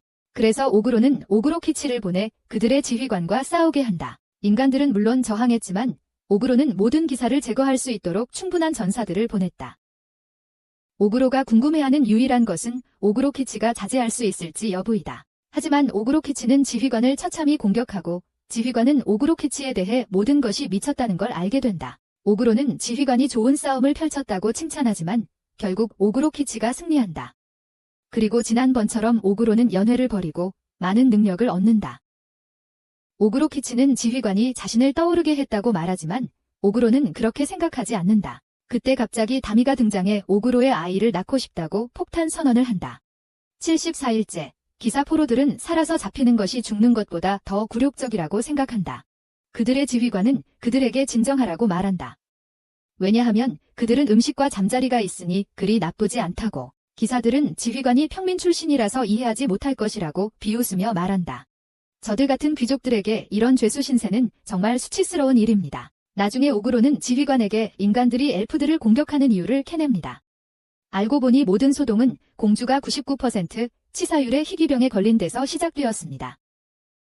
그녀는 다른 제국의 왕과 결혼하기로 되어 있었기에 왕은 치료제를 반드시 찾아야 한다고 명령합니다. 인간들은 숲의 반신의 축복을 받아 만들어진 엘프들의 비밀 약초에 대해 알게 되었습니다. 이 모든 전쟁은 인간의 탐욕에서 비롯된 것입니다. 나중에 어신은 광산 작업 중에 엄청난 일이 벌어지면서 깜짝 놀랍니다. 모두 공격받는 줄 알았지만 알고 보니 물이 온천을 만들어낸 것이었습니다. 오그로는 모두에게 이 약물이 치유 능력을 강화하고 나쁜 질병을 치료한다고 신나게 알려준다. 게다가 피부에도 굉장히 좋다. 모두는 새로운 목욕의 모든 혜택을 즐기고 오그로는 그것을 파낸 어시에게 칭찬을 한다. 75일째, 오그로는 몇 가지 우려가 있어 인간 포로들을 이용한 새로운 훈련 계획을 세운다. 그 아이디어는 그들에게 실제 병사들과 함께 모의 전투를 하며 리더십 기술을 기르게 하는 것이다. 그들은 준비가 된 병사들에게 명령을 내리고 다른 그룹의 리더를 이길 수 있으면 승리한다. 오그로는 옆에서 심판 역할을 하며 지켜본다. 예를 들어 스펠세는 방어부대에게 명령을 내리고 다미는 궁수들을 지휘하고 있다. 다미와 스펠스는 지휘 능력이 꽤 뛰어나 보입니다. 하지만 오그로키치는 승리를 거두지 못하고 있습니다. 인간들은 고블린들이 군사훈련을 하는 것을 이해하지 못하고 지켜보고 있습니다. 지휘관은 더 이상 뼈 가지고 놀 시간은 없다며 오그로와 1대1 대결을 원한다고 말합니다. 오그로는 그의 용기에 감탄합니다. 그의 동료들이 계속 지고 있는데도 여전히 자신에게 도전하려는 그의 모습에 말이죠. 그래서 오그로는 그를 강철 기사라고 부르며 존경심을 갖기 시작합니다. 그러자 오그로가 그에게 만화를 씌우자 그 남자는 놀랍니다. 오그로는 조금이라도 승부를 공정하게 하지 않으면 그를 가볍게 이길 수 있다고 설명합니다. 오그로가 힘을 발휘하자 기사는 오그로가 싸움을 받아들였다는 것을 알고 흥분합니다. 오그로가 기사에게 덤벼들지만 기사는 오그로에게 완전히 압도당합니다. 오그로가 기사를 치유하자 오그로키치도 강철 기사와 싸우고 싶다고 선언합니다. 오그로는 그들의 싸움을 지켜보며 오그로키치도 강철 기사의 정신에 감명받았다는 것을 알아챕니다. 나중에 그 남자는 자신이 여러 아인종이 사는 곳에서 왔기 때문에 소통이 더 쉽다고 설명합니다. 강철 기사는 오그로가 다양한 종족들을 잘 조직했다는 것을 알아차립니다. 심지어 오그로가 신의 개입으로 보내진 것이 아닌가 의심하기 시작합니다. 그러자 그 남자는 기사직을 그만두고 오그로를 위해 싸우겠다고 선언합니다. 오그로는 이를 받아들이고 이는 그가 더 이상 포로가 아님을 의미하며 오그로는 자신의 재능을 잘 활용할 계획이다. 오그로는 빨간 머리 소녀를 철의 기사 밑에 두고 그녀에게 강력한 인간 전투 기술을 가르치라고 말한다. 그 후 엘프 장로는 부상당한 인간들을 돌보기로 동의한다. 오그로는 인간들이 그렇게 간절히 찾고 있는 비밀 약에 대해 알고 싶어하고 장로는 그것이 이전에 오그로에게 준 것과 같은 약이라고 말한다. 이 약은 정말 게임 체인저인 모양이다. 거의 모든 병을 치료할 수 있다. 오그로는 오래된 엘프가 그렇게 귀중한 것을 자신에게 주었다는 사실을 믿을 수 없지만 장로는 그들의 법이 인간에게 그것을 나누는 것을 금지할 뿐 자신의 딸을 구한 오거에게는 예외라고 설명한다. 오그로는 처음으로 그 약을 사용해 보기로 결심하고 그것은 그에게 기묘한 느낌을 주며 또한 그에게 미친 듯한 치유 관련 능력을 부여한다. 오그로는 부상당한 인간 중 한 명에게 자신의 피 한 방울을 주기로 결심한다. 그 사람은 완전히 충격을 받는다. 왜냐하면 그의 상처가 치유될 뿐만 아니라 허리 통증도 사라졌기 때문이다. 오그로 역시 놀란다. 이 능력을 얻는 일이 점점 더 미친 듯이 일어난다는 것을 깨달았기 때문이다. 그는 단 한 방울의 피로 그 사람을 치유했으므로 더 많은 피를 사용하면 무슨 일이 일어날지 궁금하지 않을 수 없다. 이런 힘은 완전히 다른 차원에 있다. 그래서 오그로는 자신이 정말 미친 수준으로 레벨업한 게 아닌가 생각한다. 81일째. 오그로의 부대는 인간 군대와의 세 번째 전투를 준비하고 있다. 오그로는 300m 떨어진 곳에서 창으로 한 명을 정확히 저격한 후 그 힘을 이용해 창을 무한으로 만들어낸다. 그 타격이 정확히 꽂히고 20분 만에 전투는 끝난다. 오그로는 그 후 자신의 슬라임을 사용해 모든 시체들을 치웁니다. 보기에는 혼란스럽지만 모두가 블러드 사토가 조금 이상하다고 생각하는데 왜냐하면 그녀는 그것을 즐기는 것처럼 보이기 때문입니다. 다음 날 엘프들이 서로 속삭이기 시작하는데 오그로가 몇 명의 인간들을 데리고 장로를 만나러 왔기 때문입니다. 오그로는 인간들에게 장로가 다른 엘프들보다 더 친절하다고 장담하고 그 말은 사실로 드러나는데 장로는 그들에게 술과 음식을 제공합니다. 장로는 오그로가 인간 군대를 벼랑 끝으로 몰았다고 기뻐하지만 그는 길고 지루한 싸움을 원하지 않아서 다음 전투에 최고의 병력을 보내 전쟁을 결정적으로 끝내길 원합니다. 그리고 장로가 오그로에게 비용을 지불하고 있으니 오그로는 괜찮다고 합니다. 마을로 돌아가는 길에 여기 사는 오그로에게 자신이 그의 완전한 헌신을 바친다고 말하며 왕국의 기사로서 자신의 임무를 다할 수 있도록 허락을 구합니다. 그녀는 그에게 왕국의 공주를 치료하기 위해 엘프의 비밀 약을 보내는 것에 대해 동의할 수 있는지 묻습니다. 오그로는 왕국을 자신의 빚을 지게 만드는 것이 얼마나 큰 도움이 될지 생각하지만 문제가 하나 있다. 이 세상에는 5명의 신이 숭배되고 있으며 이들은 엄청난 힘을 가지고 있어서 종교적 충돌이 끊이지 않는다. 오그로는 종말과 기원의 신에게 축복받았기 때문에 그와 같은 사람이 약을 제공하면 더 큰 문제가 될 수 있다. 하지만 오그로는 생각이 있는 듯하고 기사는 그가 생각해보겠다고 말한다. 83일째는 최종 전투의 날이다. 2000명의 인간 병사가 있으며 엘프들이 합류하면서 오그로의 부대는 650명이 된다. 이번 전투는 다른 전투와 다를 것이다. 왜냐하면 무작정 돌진하면 바로 패배하기 때문이다. 그 이유는 오그로의 혈족 미니가 전날 뭔가를 발견했기 때문이다. 인간들은 루갈드 오르덴이라는 8명의 엄청난 전사들을 가지고 있죠. 이 녀석들은 8명 모두 신의 축복을 받았기 때문에 최강의 전투력으로 여겨집니다. 혼자서 강한 것뿐만 아니라 함께 싸우는 자들의 힘도 증폭시켜줍니다. 그래서 동맹이 많을수록 더 위험해집니다. 하지만 오그로는 그 소식을 듣고도 전혀 땀을 흘리지 않습니다. 그저 그 맛이 어떨지 궁금해할 뿐입니다. 전투 시간이고 오그로는 곧바로 해골 부대를 소환합니다. 곧 해가 뜰 텐데 좋은 생각인지 돈비가 의문을 표했지만 오그로는 해골들을 약간 개조했다고 설명했습니다. 그는 오그로 키치의 부하들에게 주변을 지키라고 명령한 후 해골들을 이끌고 바로 중심으로 향한다. 오그로는 전투를 시작하고 인간들은 해골들의 숫자에 충격을 받는다. 인간들은 그냥 기다리기만 하면 된다고 생각한다. 해가 곧 뜰 것이기 때문이다. 그리고 해가 뜨자 그들은 안도의 한숨을 쉰다. 이제 해골들을 밀어낼 수 있을 거라고 생각하면서 하지만 그들은 놀라운 사실을 알게 된다. 해골들이 사라지지 않는 것이다. 알고 보니 오그로는 그 해골들에게 끈적한 물질을 발라 낮에도 싸울 수 있게 만든 것이다. 해골들은 자리를 지키지만 오그로는 그들을 다른 부대에 지원 보내기로 하고 자신은 남은 병사들을 처치하기로 결심한다. 미친 공격을 준비하면서 오그로는 자신이 중심에 있는 병사들을 처치하면 온 군대가 붕괴할 거라고 생각한다. 그 사이 한 용사가 다가오는데 그는 지루한 전쟁에 참여하게 된 것에 화가 나 있다. 그는 군대가 더 열심히 싸워야 한다고 생각했지만 그들은 자신만큼 강하지 않다고 그에게 상기시켰습니다.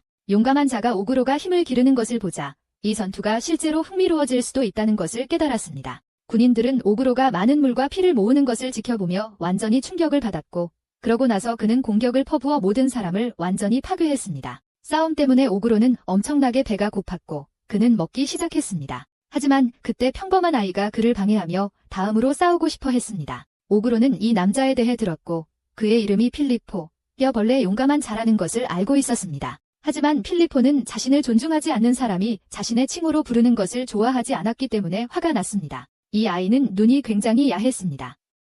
그래서 오그로는 그가 악마 곤충의 신에게 축복받았다고 생각했습니다. 애는 오그로가 자기 휴가를 망쳤다고 짜증내고 있어 그런 것들 때문에 오그로는 그 애가 응석 부리고 있다는 걸 알지만 그 애의 몸에서 느껴지는 압박감은 이 애가 진짜 싸울 수 있다는 걸 명확하게 보여줘. 필리포는 오그로에게 뭔가 축복이 있다는 걸 알고 그게 뭔지 알고 싶어 해. 하지만 오그로는 한마디도 하지 않아. 그러다 필리포는 자기에게 이 벌레들이 있어서 자기 축복과 어떤 네크로맨시 관련된 걸 섞을 수 있다고 밝혀. 그는 벌레들을 여기저기 던지며 시체를 움직일 수 있다고 설명해. 이건 일반 좀비들이 아니야. 왜냐하면 햇볕을 견딜 수 있거든. 오그로는 이 벌레들이 뭔가 엉망인 생물학적 무기라는 걸 짐작해. 필리포는 브레이브와 히어로의 차이가 크다고 말한다. 히어로는 혼자서 훨씬 강하고 그들이 강화하는 전사들도 크게 힘이 강해진다. 하지만 히어로는 최대 10명만 강화할 수 있다. 반면 브레이브는 수백 명을 강화할 수 있다. 그때 필리포가 시체들을 괴물로 변신시키자 오그로는 충격을 받는다. 필리포는 그들에게 공격하라고 명령한다. 하지만 오그로는 전혀 동요하지 않는다. 그는 마치 아무것도 아닌 것처럼 그들을 찢어버린다. 필리포는 오그로가 그들을 쉽게 부수는 모습을 보고 감명받는다. 그래서 그는 직접 괴물들을 다루기로 결심한다. 전투가 더 치열해지고 이제 필리포는 오그로가 얼마나 빠르게 치유되는지에 놀란다. 필리포는 오그로가 다시 일어설 수 없을 뭔가를 사용할 준비를 한다. 그래서 그는 거대한 지네를 소환한다. 이것은 오그로를 완전히 짓밟고 그 아이는 이 지네가 자신의 가장 좋아하는 애완동물이라고 설명한다. 그 벌레는 너무 유명해서 자연재해로 분류되었다. 이것은 매우 위험하며 독이 조금만 닿아도 죽음에 이르게 하고 장기를 마비시킨다. 하지만 그 아이는 오그로가 그렇게 오래 살아남았다는 사실에 경탄한다. 오그로의 부하들이 독의 효과가 나타나자 불안해하기 시작합니다. 적들에게 포위되어 아무도 도울 수 없습니다. 필리포는 애완동물이 오그로의 시체를 끌어오자 칭찬하며 다른 임무를 수행하도록 보냅니다. 싸움이 끝났다고 확신하며 오그로의 시체를 해부해서 어떤 축복을 받았는지 알아볼 생각입니다. 시체를 옮길 사람을 찾아보지만 오그로가 사라진 것을 보고 충격을 받습니다. 그때 갑자기 오그로의 공격을 간신히 피한 필리포는 어떻게 살아남았는지 의아해합니다. 오그로는 아무런 설명도 하지 않고 필리포는 가짜 시체를 썼다고 추측합니다. 애완동물이 이미 멀리 갔으므로 필리포는 첫 번째 비장의 무기를 사용하기로 합니다. 필리포는 그들이 정식으로 자기소개를 하기를 원하지만 오그로는 아직 자기 정체를 알릴 준비가 되어 있지 않다. 필리포는 앞으로 나아가 자신을 소개하며 자신이 나라에서 7위에 랭크되어 있다고 모두에게 알린다. 하지만 그는 자신의 소개를 끝내기도 전에 오그로가 공격으로 그를 방해한다. 그 아이는 미친 듯한 변이를 겪고 오그로를 밀어낸다. 이제 필리포는 매우 화가 났다. 왜냐하면 오그로가 첫 번째 비밀 무기를 풀기도 전에 이미 두 번째 비밀 무기를 사용하게 만들었기 때문이다. 그 아이는 완전한 변신을 겪지만 그것은 오그로에게 그를 더 맛있게 보이게 만든다. 그는 좋은 식사는 조금의 노력이 필요하다고 믿기 때문이다. 그들은 싸움을 시작하고 필리포는 오그로가 자신의 공격을 피하면서도 반격할 수 있다는 사실에 충격을 받는다. 그건 정말 놀라워. 오그로는 아직 거대한 각성 같은 걸 겪지도 않았어. 오그로는 그 각성이 뭔지 전혀 모르고 필리포는 오그로가 협조하지 않으니까 말하지 않으려고 해. 하지만 오그로는 괜찮아. 왜냐하면 그는 그 아이를 말하게 할 수 있다는 걸 알거든. 오그로는 자신만의 버그 변신이 있다고 폭탄 발언을 하는데 필리포는 그걸 믿지 않아. 오그로는 외골격 능력을 이용해 변신하고 필리포는 놀라워해. 왜냐하면 이 사람은 항상 뭔가 숨기고 있는 것 같거든. 그들은 하늘에서 싸우게 되고 오그로는 아이를 땅에 처박히게 해. 오그로의 팀은 한 지역을 정리하는 걸 끝냈지만 돈비는 근처에서 뭔가 나쁜 느낌을 받아.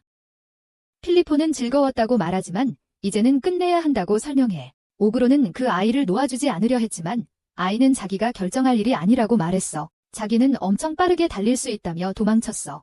오그로는 그 녀석을 쫓아갔지만 필리포 없이 움직이는 시체를 처리해야만 했어.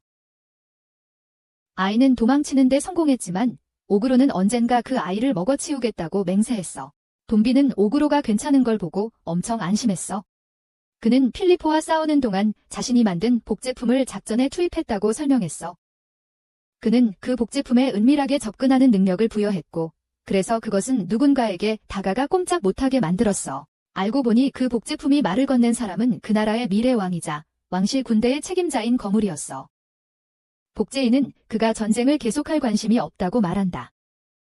지휘관은 그가 누구인지 궁금해하지만 복제인은 그냥 갑옷을 확인하라고 말한다. 복제인이 그 병에 담긴 비밀의 엘프 야기 공주를 치료할 거라고 설명하자 지휘관은 그대로 이성을 잃는다. 복제인은 그들의 군대가 이제 더 이상 헛되이 목숨을 바치지 않아도 된다고 차갑게 지적한다. 한편 오그로는 미래의 왕을 쉽게 처치할 수 있었지만 그렇게 하면 왕국이 전력을 다해 엘프들을 쓸어버릴 것을 알기 때문에 그렇게 하지 않기로 결심한다. 그는 전면전은 원하지 않아서 그만두기로 한다. 오그로는 어스티에게 방어벽을 구축해 부상자들을 안전한 곳으로 대피시킬 수 있게 한다. 근처에서 몇몇 인간들은 오그로를 보고 겁에 질리지만 그는 그들에게 더 이상 전투는 끝났으니 계속 가라고 더 이상 목숨을 잃을 필요는 없다고 말한다. 그는 더 중요한 일들이 처리되어야 한다는 생각을 하기 시작한다. 그날 밤 우리는 30명의 파라벨럼 멤버들이 전투에서 목숨을 잃었다는 사실을 알게 된다. 정말 슬픈 순간이다. 그들은 제대로 된 장례를 치러야 한다. 이 세상에는 죽은 자들이 좀비나 유령으로 돌아올 위험이 있기 때문에 그들은 화장해야 한다. 다른 사람들은 감정적으로 기도하며 끝까지 싸운 용감한 전사들을 위해 기도를 한다. 모두 각자의 방식으로 반응하지만 오그로는 특별히 슬프지 않다. 그는 그러나 자신이 살아있는 한 최선을 다해 살아가야 한다는 생각을 한다. 그들은 더 이상 그럴 수 없다. 84일째 되는 날, 우리는 최근의 전투가 모두에게 뛰어난 경험을 안겨주었고 그로 인해 오그로의 부대에 멋진 진화가 일어났다는 것을 알게 되었다. 하부지는 치유의 모든 걸 걸었고 성자 영주로 진화했어요. 이제 그는 쇠필드라는 멋진 성자 영주 스킬을 가지고 있는데 오그로의 20번 공격에도 견딜 만큼 튼튼해요. 하부지는 상한 음식을 즐겨 먹어서 구울이 되었어요. 그녀는 좀비만 먹고 살았고 먹는 것이 곧 자신이 되는 거죠. 그녀는 남자들에 대해 흥분해서 이야기하고 오그로는 그녀의 머릿속에서 무슨 일이 일어나는지 무서워해요. 하지만 그는 하부지의 얼굴 없는 눈에 놀라서 눈을 감고 있으라고 부탁해요. 그녀는 원래 직접 전투에 필요한 기술이 없었지만 이제는 전투 지원을 위한 환술 마법에 능한 다담키 종족이 되었어요. 그녀는 유용한 능력들을 가지고 있고 오그로는 정보 수집에 있어서는 그녀가 자신보다 훨씬 뛰어날 거라고 확신해요. 일이 너무 잘 풀려서 약한 홉고블린들 중 일부까지 레벨업해서 오우거가 되었어. 이 녀석들은 놀랍게도 전투에서 죽은 동료들을 위해 더 강해지겠다고 맹세했어. 오우거는 엄청 놀랐어. 고블린들은 보통 자기밖에 모르는데 이 녀석들은 죽은 친구들을 애도하고 그걸 동기부여로 삼고 있거든. 코볼트 리더도 레벨업해서 전사 코볼트가 되었어. 이 녀석은 자기가 오우거처럼 무서운 인상이라고 주장하지만 오우거는 코스프레를 시작한 마피아 보스 같다고 생각해. 진짜 이름까지 얻었어. 이제부터는 쓰지라고 불러. 늙은 고부자이는 진짜 이름은 특정 레벨에 도달한 자들에게 주어지는 특별한 이름이라고 설명해줬어. 저기 내 진짜 이름을 알면 너한테 마법이나 저주를 걸 수 있어? 자기 진짜 이름을 사람들에게 말하는 것은 나쁜 생각이다.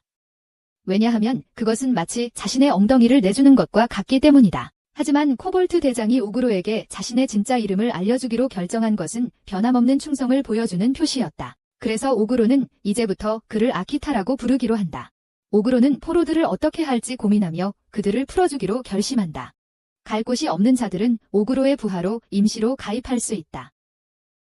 하지만 일부 포로들은 그 생각에 동의하지 않는다. 그들은 자신들이 다른 사람들보다 낫다고 생각하기 때문이다. 결국 임시 부하가 된다는 것은 고블린보다 더 낫다는 뜻이다. 고블린들은 그 발언에 분노하며 상황은 열을 받는다. 오그로는 새 포로가 고블린보다 강하다는 것을 인정하지만 처음부터 자신과 훈련해온 고블린들을 갓 나타난 낯선 이들보다 더 신뢰한다. 오그로는 그 세 사람에게 원한다면 물러설 수 있다고 말하지만 그들은 차라리 자신의 능력을 증명하고 싶어한다. 그들은 용병단의 리더와 싸워 이긴다면 지휘권을 넘겨받고 싶어한다.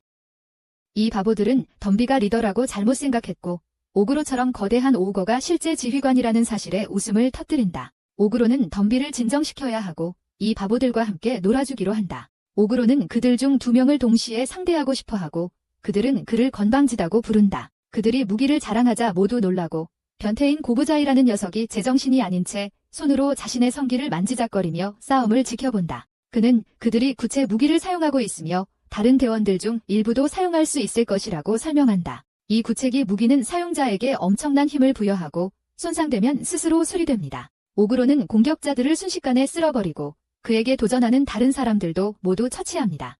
하지만 오그로가 밀려나면서 상황이 급변하고 모두가 충격에 빠집니다. 고릴라처럼 생긴 이 남자가 자신이 새로운 리더라고 선언하지만 오그로는 그를 날려버립니다. 오그로는 그 남자가 자신에게 몰래 접근한 건 잘했다고 하며 그가 공격을 할 수 있도록 내버려 두었다고 설명합니다. 반쯤 깨진 남자만 남았지만 그는 어디에도 보이지 않습니다. 오그로는 결국 그 남자가 담비에게 자신과 결혼하자고 부탁하는 모습을 발견합니다. 오그로는 그 바보가 바로 앞에서 담비에게 작업을 걸고 있다는 사실에 분노하며 무자비하게 그를 때립니다. 시험 기간 중인 멤버들 중 몇몇은 멋져 보이는 종족들이 있지만 그들은 노예에서 벗어난 것에 감사하고 있어. 오그로는 그 불행한 남자에게 치료를 위해 피를 주지만 그게 결국 그 남자가 충성을 맹세하게 만들고 상황이 매우 어색해져. 결국 오그로의 팀은 50명의 새로운 시험 멤버를 얻게 돼.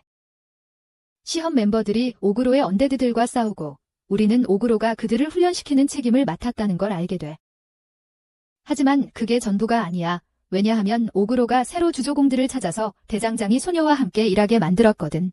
작은 남자들은 그녀가 배울 게 많다고 지적하지만 그녀에게 가능성을 보고 있어. 대장장이 소녀는 그들을 별로 좋아하지 않지만 드워프의 대장장이 기술은 이 세계에서 최고야. 그들은 심지어 미스릴 장비를 만들 수 있을지도 모르니까 오그로는 대장장이 소녀에게 한번 해보라고 부탁해. 오그로는 최근에 합성이라는 능력을 배웠습니다. 그는 구슬을 가지고 실험을 해보았고 효과는 완벽했습니다. 그 후 그는 죽음의 혼돈을 사용하여 괴물을 만들었지만 그 녀석은 말을 듣지 않고 미쳐 날뛰어서 결국 처치해야 했습니다. 그는 합성을 사용해 새로운 능력을 만들어가기 시작합니다. 그는 햇빛에 대한 약점과 빛 피해에 대한 약점을 합쳐서 햇빛 피해에 대한 약점을 만들었지만 후회합니다. 85일째, 그들은 기지를 개조하기 시작합니다. 그들은 온천을 우선적으로 개조하여 엘프 동맹에게 서비스로 제공할 수 있게 합니다. 86일째, 오그로는 시험생들을 이용해 합성된 능력을 테스트합니다. 그렇게 하면 사고로 치명적인 피해가 발생하더라도 드라마가 줄어들 거야. 하지만 오그로는 자신이 좀 지나쳤다고 생각할지도 몰라. 87일째, 드워프 대장장이들이 오그로에게 그들의 최고의 작품인 특별한 전쟁 망치를 선물하지만 오그로는 그 망치가 특별한 이유를 잘 이해하지 못한다. 오구가 태어난 이후로 세상이 많이 변했어. 이제 그는 숲속을 거닐 때 자신의 존재를 숨겨야 해. 왜냐하면 생물들이 그에게서 도망가니까. 오그로는 다시 드라이어드와 만나 뭔가를 챙기러 가지만 다른 유령들은 그가 나쁜 짓을 하고 있다는 게 분명해지면 큰 대가를 치르게 될 거라고 경고한다. 88일째, 오그로는 그들이 작물을 심을 것이라고 발표한다. 그가 드라이어드에게 받은 것은 과일과 채소를 위한 마법의 씨앗들이었다.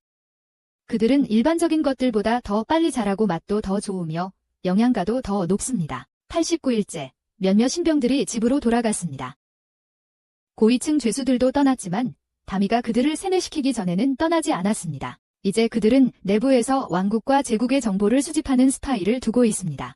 인간 군대가 철수하기 시작하자 엘프 장로는 오그로의 도움에 감사를 표합니다. 그들은 이를 기념하기 위해 큰 잔치를 벌이지만 오그로는 그를 초대한 것이 현명한 결정이었는지 궁금해합니다. 장로는 그들의 규칙이 외부인을 멀리해야 한다고 말하지만 오그로와 그의 동료들은 그들의 친구들입니다. 장로는 그의 동생이 오래전에 그들의 규칙을 깨고 외부 세계와의 연결을 찾기 위해 숲을 떠났다고 설명합니다. 장로는 그들이 돌아올 때 자신의 숲이 안전한 피난처가 될 수 있기를 바랐고 그 모든 것은 오그로 덕분이다. 엘프들은 감동을 받아 파티는 계속 이어진다. 그들이 본부로 돌아오자 어스는 벨벳과 카르벙클에게 감사의 의미로 마지막 정령석을 파낸다. 오그로는 이 마지막 정령석을 먹고 새로운 능력들이 생긴다. 그 후 오그로는 본격적인 제작 작업을 시작한다. 그는 검은 해골의 뼈를 결합하고 햇빛을 막을 수 있도록 복제 물질을 덧붙인다. 그리고는 그가 말하는 해골 지네를 만든다. 오그로는 그것을 인간 소녀들을 인간 마을로 데려갈 때 탈거드로 사용할 계획이다. 인간 소녀들은 자신들이 쫓겨날까봐 당황하지만 오그로는 처음 만났을 때 집으로 데려다주겠다고 약속했다고 그들에게 상기시킵니다. 그녀들이 남기로 결심하더라도 오그로는 결정을 내리기 전에 돌아가기를 원합니다. 91일째, 그들은 업그레이드된 온천을 완성합니다. 기사단장은 훈련 중에 빨간 머리 소녀가 집중하지 못하는 걸 보고 그녀는 인간 마을로 돌아가는 것이 걱정된다고 고백합니다. 기사단장은 간섭하지 않지만 오그로는 그녀를 쫓아낼 급한 사람이 아닌 것 같다고 그녀를 안심시킵니다. 92일째, 소녀들은 마을에서 팔 물건을 준비하며 그 순간 오그로는 이 소녀들이 자신과 함께 지식도 나누고 있다는 것이 얼마나 큰 축복인지 깨닫습니다. 93일째, 그들은 모두가 서로를 알아갈 수 있도록 파티를 엽니다. 앞서 등장했던 세 바보는 술에 취해 시끄럽게 떠들며 오그로가 마을에 가면 뭐든지 하고 싶다고 주장합니다. 하지만 그들은 중요한 정보를 하나 남긴다. 왕국과 제국 모두 낮은 인간들을 경시하기 때문에 그들은 입국을 돕기 위해 귀족 가문 출신이 필요하다.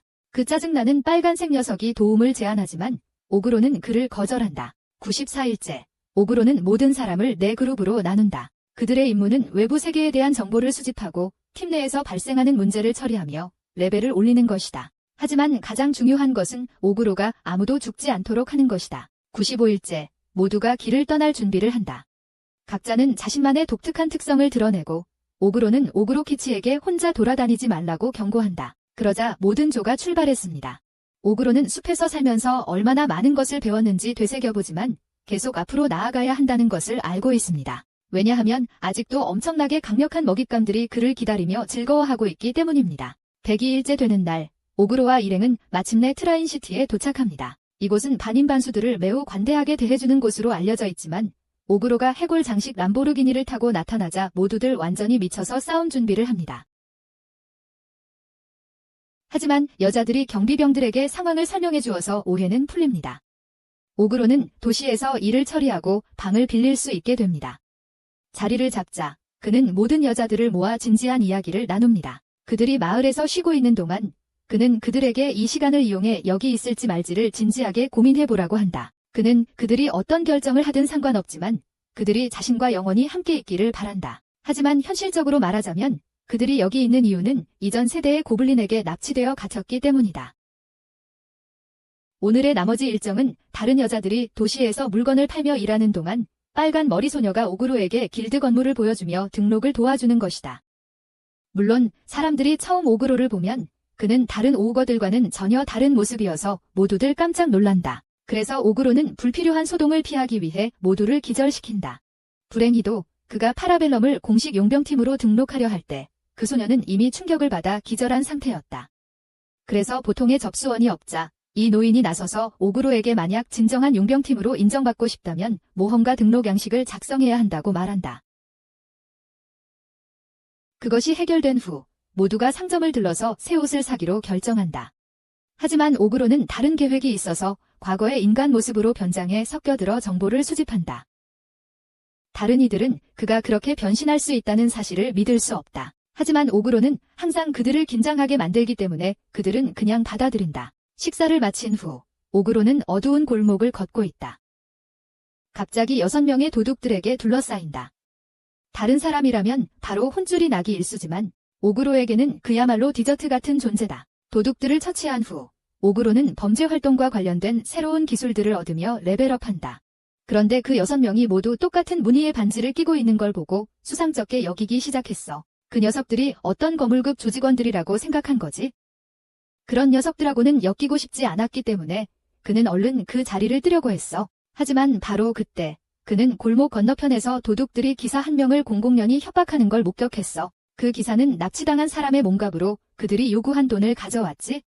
하지만 갑자기 도둑들은 몸값의 3배가 넘는 돈을 더 요구하기 시작했어. 아니면 공주를 심하게 해치겠다고 위협했지. 오그로는 이 모든 것을 지켜보았고 평소 같았으면 도왔을 거야. 하지만 공주를 납치하는 건 정치적인 악몽이기 때문에 그는 그 복잡한 일에 연루되지 않고 편안하게 시간을 보내려는 거야. 그래서 그는 끼어들고 싶지 않아. 하지만 기사들이 도둑들이 공주를 놓아주지 않는 걸 깨닫고 되돌려 싸우려고 하지만 결국 기습당해 감자처럼 땅에 떨어지게 돼. 도둑들은 기사를 바로 죽이려고 했지만 그건 오그로가 그냥 두고 볼 일이 아니었어. 그래서 오그로는 나타나서 그들을 모두 기절시켜. 그들이 현장에서 안전한 거리로 멀어지자 오그로는 소년을 내려놓고 소년은 오그로에게 소리를 지르며 그 자식들이 살아남게 한 걸 비난해. 오그로는 범죄자들에게 자비를 베푸는 걸 절대 안 해. 그리고 구세주에게 욕하는 그런 배은망덕한 사람을 참을 수 없어. 그래서 오그로는 소년의 머리를 한 대 세게 때려. 그런 다음 그는 소년에게 아직 그를 데려가지 않은 이유가 있다고 말한다. 하지만 만약 그가 대중에게 알릴 수 없는 심각한 문제가 있다면 언제든지 오그로에게 도움을 요청할 수 있다고 한다. 그게 정말 진지한 제안임을 확실히 하려고 그는 자신의 진짜 오거 모습을 드러내며 소년에게 이 제안이 농담이 아님을 알린다. 소년은 완전히 혼란스러워하지만 결국 그는 오그로에게 도움을 요청하기로 결심한다. 다시 연결된 후 소년은 문제에 대해 모든 세부 사항을 털어놓는다. 그와 공주님은 며칠 전에 이 마을에 도착했지만 안전을 위해 그녀의 도착을 비밀로 해두었다.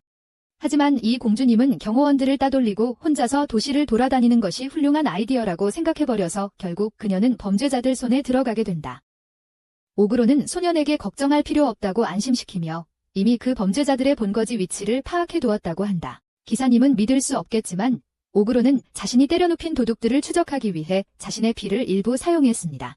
그래서 그는 그들의 은신처가 완전 외딴 곳에 있는 낡고 버려진 집이라는 것을 알게 되었습니다. 그 정보를 바탕으로 오그로는 시간을 낭비하지 않고 그들의 기지를 타겟으로 삼고 도둑들을 모두 처치할 준비를 합니다. 그리고 얼마 지나지 않아 그들이 침입하자 그들은 뒷방에 갇힌 공주를 발견합니다. 기사가 그녀의 안녕을 확인하는 동안 오그로는 바닥에 떨어진 서류들을 발견하고 이 모든 납치 사건이 처음부터 계획된 일임을 밝혀냅니다. 밖에 나가자 그들은 도둑들의 은신처에 불을 지르고 그 건물은 불길에 휩싸입니다. 오그로는 기사에게 이 모든 일을 절대로 공론화하지 말고 이 사건이 일어난 것처럼 말하지 말라고 합니다. 하지만 기사는 최소한 왕에게 보고는 해야 한다고 계속 주장합니다. 그래서 오그로가 부탁을 들어줬고 그 기사를 최면 걸어서 입 다물게 했어. 다음 날 오그로는 세이지에게서 좋은 소식을 듣게 돼. 새로운 세대의 고블린들이 무사히 배달되었대. 오그로는 그 소식에 기뻐하지만 오늘은 여자들이 자신과 계속 함께할지 알게 되는 날이야. 그래서 좀 긴장하지만 사실대로 말하자면 걱정할 필요가 없어. 걔네들은 이미 자기에게 중독되었으니까 절대 자길 버리고 떠나지 않을 거야. 모두 동굴로 돌아가기 위해 짐을 쌌지만 떠나기 직전에 며칠 전에 공주가 오그로를 멈춰 세우며 자신을 만나고 싶다고 말해. 그녀는 자신을 제대로 소개하고 그가 용병단체의 리더라는 말을 들었다고 말해. 그래서 그녀는 그에게 중요한 임무가 있다고 해. 그녀는 그가 자신을 왕국의 수도로 호위해주길 원해. 그동안 오그로는 그녀의 말투에 엄청 감명을 받았어. 그녀는 보기보다 훨씬 성숙하게 말하고 무서운 오그 앞에서도 눈 하나 깜짝하지 않아. 마치 그녀의 카리스마가 최고치에 도달한 것 같아. 그렇지만 그 모든 걸 감안해도 오그로는 여전히 그녀를 거절해. 그는 다른 계획이 있고 공주님은 이미 보디가드들로 꽉 차 있거든. 공주님은 반격하며 그녀의 보디가드들은 너무 지루하다며 자신 옆에 그런 사람을 원한다고 말해. 오그로는 그녀의 일행과 왜 막대기를 들고 있는지 설명하려 하지만 그녀는 한마디도 듣지 않아서 완전히 실패했다. 기사가 나서서 그가 그 일을 맡으면 금판을 보상으로 주겠다고 말한다. 하지만 그가 정말로 공주를 도울 수 없다면 강제로 시키지 않겠다고 한다. 그러나 그 금판 보상 이야기를 들은 순간 여자들이 오그로에게 그 호위 임무를 맡으라고 끝없이 조른다. 보통 일반적인 호위 임무는 1만 골드 정도인데 이 금판은 무려 100만 골드 가치다. 정말 좋은 거래다. 그래서 오그로는 어차피 왕국 수도에 가고 싶었기 때문에 결국 수락한다. 하지만 떠나려는 순간 오그로는 공주를 지키는 경비들이 하나도 없다는 걸 보고 불길한 기분을 느낀다. 알고 보니 공주는 경호원들을 버리고 혼자 온 거였고 지금 기사들이 그녀를 찾아 미친 듯이 뒤지고 있어요. 그러니까 오그로가 이런 상황에서 공주와 함께 있는 모습이 들키면 쉽게 납치범으로 오해받을 수 있어요. 하지만 그는 이미 계약을 맺었으니 약속을 지켜 그녀를 호위해야 해요. 일단 계약서에 서명하면 파기할 수 없거든요. 여행 중에 공주는 그들이 타고 있는 해골지네와 멀리서 보이는 동물들에 대해 온갖 질문을 오그로에게 퍼붓기 시작합니다. 오그로는 침착하게 질문에 답하고 동물에 대해서는 점심 식사로 결정합니다. 그와 다미는 동물을 잡아 고기를 굽기 시작합니다. 심지어 해골지네의 외형까지 꾸며서 덜 무섭게 만들어요. 하지만 공주가 너무 까다로워서 골치가 많아요. 계속 위험한 행동을 하고 마차에서 뛰어내릴 뻔하기도 하고 요리하는 쌍둥이들을 괴롭히기도 합니다. 그래서 오그로는 그녀를 제대로 훈계해서 한 번쯤 행동을 바르게 해야 해. 여행은 계속되고 그들은 거북이 뱀의 둥지를 발견해. 오그로는 신선한 뱀 고기를 손에 넣고 싶어서 신이 나지만 다른 사람들은 아무도 뱀을 둥지에서 빼는데 도와주려 하지 않아. 그래서 오그로는 자신만의 지구 마법을 써서 모든 뱀을 혼자서 꺼내야 해. 그 뱀들을 다 꺼내고 나서 그는 그것들을 처치하며 쌍둥이에게 잔치를 위한 소스를 준비하라고 말해. 그리고 오그로의 훈계 덕분에 공주가 드디어 예의를 배우게 된 것 같아. 그녀는 이전에 그들과 장난친 것에 대해 사과하며 쌍둥이들을 도와 요리를 준비하겠다고 제안해. 오그로는 공주가 드디어 팀과 잘 어울리는 법을 배우는 걸 보고 신나 있어. 그리고 준비가 되자 그들은 모두 앉아서 또 다른 멋진 만찬을 즐깁니다. 그 후 그들은 다시 마차에 올라타 여행을 계속합니다. 그리고 오그로는 그녀의 성격 변화가 마음에 들어 공주에게 더 많은 관심을 가지게 됩니다. 몇 마일을 이동한 후 잠깐 쉬기로 하고 오그로는 기사에게 아침 훈련에 참여하도록 허락합니다. 그것이 재미있어 보이자 공주는 자신도 해보고 싶다고 말합니다. 하지만 기사는 훈련이 위험할 수 있다는 걸 알기에 공주가 다칠까 봐 걱정합니다. 그러나 공주는 상황을 잘 알고 있고 자신을 방어할 수 있게 되면 위협에 대비할 수 있는 유용한 기술이 될 거라며 반박합니다. 결국 오그로는 그녀도 참여하도록 허락합니다. 그래서 그들은 함께 훈련을 하고 오그로는 두 사람에 대해 몇 가지를 배운다. 그날 늦게 그들은 다음 날 가야 할 길에 대해 이야기하면서 산을 지나간다. 산을 가로지르는 것이 가장 빠르지만 가장 위험한 방법이기도 하다. 그래서 기사님은 안전을 위해 강을 따라 우회하는 길을 제안한다. 산 절벽을 따라가는 길은 이 팔레즈 독수리들 때문에 위험하다. 하지만 오그로는 그 독수리에 대해 한 번도 들어본 적이 없다. 그래서 기사가 설명하면서 이 독수리들이 산길에서 가장 강한 날개를 가졌다고 말한다. 그들은 번개처럼 날고 독이 있는 발톱을 가지고 있다. 그래서 모두 그 산길을 피하려고 하는 것이다.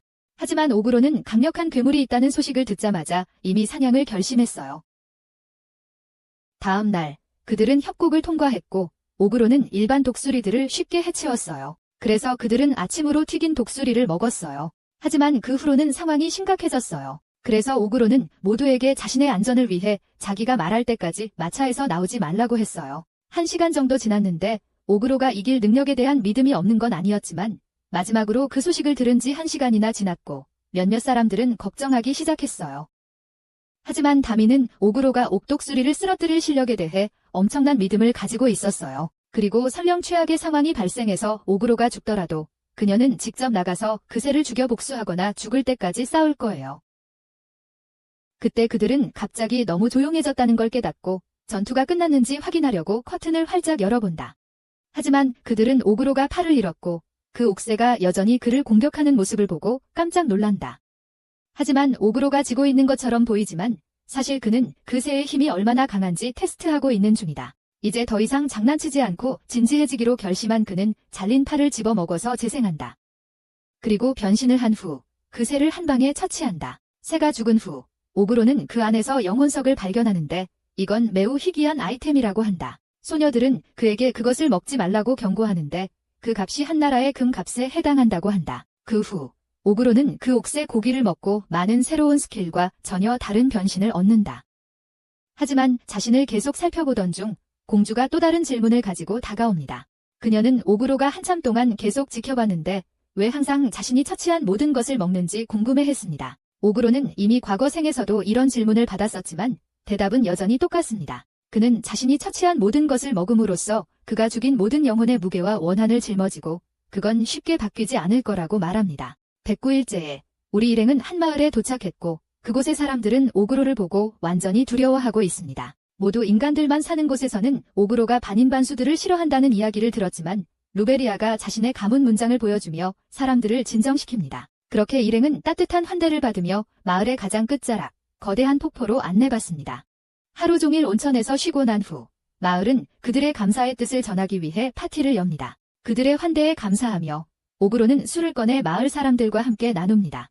하지만 한 마을 사람이 너무 흥분해서 다미의 분노를 맛봅니다. 분위기를 밝게 하기 위해 오그로는 술 마시기 시합을 제안하고 우승자에게는 은접시 4개가 상품으로 주어집니다. 문제는 오그로가 취하지 않는다는 것이어서 모두들 그를 이기려다가 정신을 잃습니다. 그들이 정신을 잃은 사이 오그로는 생선을 먹고 놀라운 능력을 얻습니다.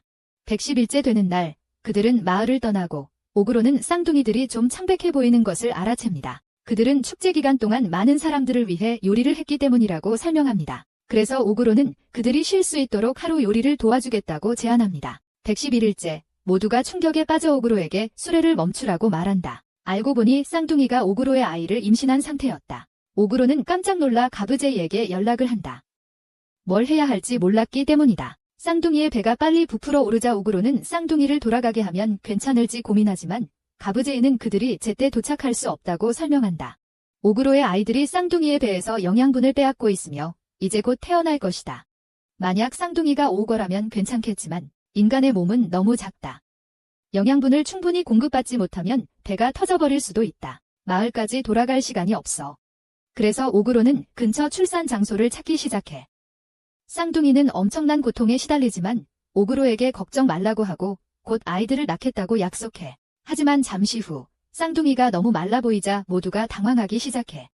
걔네는 엄청 약해지고 있고 연금술사의 생명의 무약도 전혀 효과가 없어. 걔네는 버틸 수 있도록 영양가 있는 무언가가 절실히 필요해. 바로 그때 오그로는 기발한 생각을 떠올려. 쌍둥이에게 힘들 거라는 걸 알지만 다른 방법이 별로 없어. 오그로는 자신의 팔을 그냥 찢어버리고 그들에게 자신의 살을 먹으라고 말한다. 모두가 충격을 받지만 그들에게 필요한 에너지를 주는 유일한 방법이다. 요리할 시간은 없으니까 원시적으로 먹어야 한다. 쌍둥이는 오그로가 그런 고통을 겪게 두지 않으려 하지만 다른 이들은 그가 팔을 재생할 수 있다고 말한다. 그 소녀는 여전히 받아들이지 않지만 오그로는 자신의 살을 한 입 빼어 물고 그들에게 직접 먹인다. 그는 나중에 그들이 자신을 미워해도 좋다고 하지만 그들이나 그들의 아이들이 죽게 두지는 않겠다고 말한다. 그들에게 먹인 후 오그로는 괜찮은 동굴을 찾는다. 그곳에는 곰들이 쉬고 있지만 오그로는 3명의 군주들에게 그것들을 처리하게 한다. 그는 자신의 능력을 이용해 임시 침대를 만들지만 그 여자아이들의 배는 너무 커서 터질 것만 같아. 오그로는 자신의 치유 능력과 마취를 이용해 그들의 고통을 덜어주지만 그가 얼마나 지속될지 확신하지 못해. 결국 한 명의 배가 더 이상 커지지 않고 오그로는 그의 혈액미니 하나를 사용해 세이지에게 업데이트를 보낸다. 그는 자신이 할 일이 그들의 팀에 유용할 거라고 말하며 세이지가 잘 지켜보길 원한다. 그는 쌍둥이 중 한 명을 재우고 자신의 능력을 이용해 수술용 칼을 만든다. 그는 계속 치유하고 마취를 유지하라고 스스로에게 상기시키며 오그로는 수술을 시작한다. 한참 후 우리는 쌍둥이가 남자아이와 여자아이를 출산한 것을 보게 된다. 오그로의 혈액과 능력 덕분에 모든 일이 성공적으로 끝났고 쌍둥이의 상처는 이미 치유되었다. 오그로는 쌍둥이를 잃지 않아서 기쁘고 아버지가 된 것에 대해 자랑스럽게 생각한다. 공주는 아기 중 하나를 안고는 그들이 원숭이 같다고 말하지만 그래도 너무 귀엽다고 한다. 그때 바로 고부자이는 아기들을 보자고 스트레이업 요청하는데 그가 생각하기에 아기들이 어떤 혼혈 오그로일지도 모른다고 생각해서이다. 결국 고부자이가 맞았는데 두 아기 모두 뿔이 나 있었다. 그래서 고부자이는 아기들이 아직 어릴 때 뿔을 제거할 수 있다고 설명한다. 인간 암탉이 반인반수 아이를 낳으면 보통은 아버지의 종족을 담지만 100만 분의 1이지만 혼혈이라는 특별한 종족이 등장할 수 있다. 이 혼혈들은 엄청난 힘을 가지고 있지만 두 종족 모두 이들을 불쾌하게 여긴다. 그들이 할 수 있는 최선은 해로운 괴물처럼 살아가는 것이다. 오그로는 고부자이가 그에게 전달한 모든 지식을 고맙게 생각하지만 이번에는 스스로 결정을 내리기로 한다. 만약 그의 아이들이 모두에게 미움을 받아 괴물로 변하더라도 그는 여전히 그들에게 사랑을 아끼지 않을 것이다. 세이지도 그를 지지하며 파라벨룸의 모두가 같은 마음이라고 말한다. 그의 아이들에게 또 하나 이상한 점은 그들이 몸에 구슬을 가지고 있다는 것이다. 오그로는 아마도 그가 자신 안에 구슬과 용의 구슬을 많이 가지고 있기 때문일 것이라고 추측한다. 그래서 그들은 소녀는 오로, 소녀는 아르젠토라고 이름을 짓기로 한다. 쌍둥이인 펠리시아와 알마는 잘 지내고 있고 오그로는 그들이 자신의 아이들을 세상에 데려온 것을 칭찬한다. 그는 이제부터 그들과 함께 가족으로 지내고 싶어하며 모두 같은 기분을 느끼고 있다. 112일째, 오그로는 전에 본 적 없는 엄청나게 강한 괴물을 찾으려고 합니다. 혼자서 탐험을 떠납니다. 얼마 후 그는 흰 사슴이라고 이름 붙인 괴물과 마주칩니다. 보는 순간 오그로는 그것이 보스급 괴물이라는 것을 알아챕니다. 그리고 전력을 다해도 이길 확률은 30%밖에 되지 않습니다. 하지만 오그로는 오랜만에 죽음의 공포를 느껴서 오히려 흥분합니다. 오그로는 맹렬하게 공격하지만 괴물은 그를 공격하지 않습니다. 그때 갑자기 그 괴물은 뿔을 떨구고 도망칩니다. 오그로는 뿔을 먹고 강력한 능력을 얻을까 생각하지만 본능적으로 그것을 자식들에게 주어야 한다고 생각합니다. 좀 더 탐험하던 중 오그로는 이 합동부대를 만납니다. 인간과 반인간들로 구성된 이들은 치열한 전투를 벌이고 있습니다. 오그로는 이 팀이 엄청난 경험을 쌓았다는 것을 알 수 있었고 이들이 이 세계에서 본 가장 강력한 집단임이 분명했습니다. 하지만 그들의 목표는 맹렬하게 저항하는 보스 몬스터입니다. 그들은 여러 마리의 짐승들을 쓰러뜨렸지만 이제 보스가 엄청난 위력의 마법 공격으로 모든 것을 끝내려 하고 있습니다. 극도로 긴장되는 순간 오그로는 자신의 새로운 팔무기로 그 엄청난 괴수를 순식간에 날려버립니다. 오그로는 그 기술을 사용하는 것이 약간 망설였지만 그들을 구하고 그들과 대결하기 위해 그렇게 했습니다. 이제 문제는 그 거대한 몬스터를 자신의 보관함에 넣을 수 있을지 확신할 수 없다는 것입니다. 하지만 들어가자 그는 그룹의 주의를 돌립니다. 한 인간이 나서서 그들을 보호하고 그것이 오그로에게 생각하게 만든다. 오그로는 이 사람이 자신이 개입하지 않았다면 보스를 처치할 수 있었을지 궁금해진다. 오그로는 이유를 모르겠지만 이 사람에게 뭔가 있어 보이며 그가 결국 승리했을 거라고 믿게 된다. 그때 오그로는 싸움에서 버텨낸 그에게 칭찬을 한다. 오그로는 그들을 잡아먹지 않기로 결심하고 대신 자신이 누군가의 명령으로 보스 몬스터를 처치하러 왔다고 말한다. 그는 몬스터의 시체를 가져가도 되는지 묻고 그 대신 그들의 상처를 치료해주겠다고 제안한다. 그들이 동의하자 오그로는 몬스터를 챙기고 그들은 각자의 길을 간다. 그 남자는 오그로 같은 존재가 실제로 존재한다는 것에 완전히 놀란다. 오그로가 아직 전설 레벨에 도달하지 못했지만 그를 꼼짝 못하게 만드는 무언가가 있다는 걸 알 수 있어요. 어떤 여자애는 부상 때문이라고 생각하지만 사실은 순수한 공포예요. 알고 보니 그 남자는 죽음의 목소리라는 능력을 가지고 있었고 오그로와 싸우려 했을 때 최악의 결과를 보여주었던 거예요. 그들은 그 보스를 물리치고 더 강해진 후 결국 모두 목숨을 잃게 될 거였어요. 오그로는 결국 동굴로 돌아가요. 아이는 이미 걸을 수 있게 되었고 모두들 그를 환영할 준비를 하고 있었죠. 그래서 오그로는 그들을 천재라고 불러요. 그는 그들에게 사슴뿔을 먹이고 그들의 능력이 엄청나게 향상된 걸 바로 알아차려요. 오그로와 빨간 머리 여자도 먹어보지만 그들은 둘 다 이상한 기호가 있는 두 가지 능력을 얻게 되자 그는 완전히 충격을 받아요. 이걸 봐. 일은 단지 작은 조각만으로도 이루어졌어. 이제 오그로는 자기가 큰 실수를 했다고 생각하며 괴로워하고 있어. 이 흰사슴이 지금 그가 싸울 수 있는 존재가 아니라는 건 확실해. 그날 밤, 오그로의 레벨은 다시 한계를 넘어가고 그는 또 다른 진화를 위한 모든 조건을 충족시켜. 이제 그는 사도 군주라는 멸종된 종으로 변할 수 있어. 오그로는 결심하고 그는 진명을 얻게 돼 야딘 도지라고. 본래라면 그도 능력을 얻게 되지만 아직 몇 가지 조건이 충족되지 않았어. 그 조건들을 충족해야만 능력을 얻을 수 있어. 그뿐만 아니라 오그로의 부하 8명이 악마 장군으로 임명된다. 그리고 다음 날 아침 모두가 오그로의 새로운 진화에 충격을 받는다.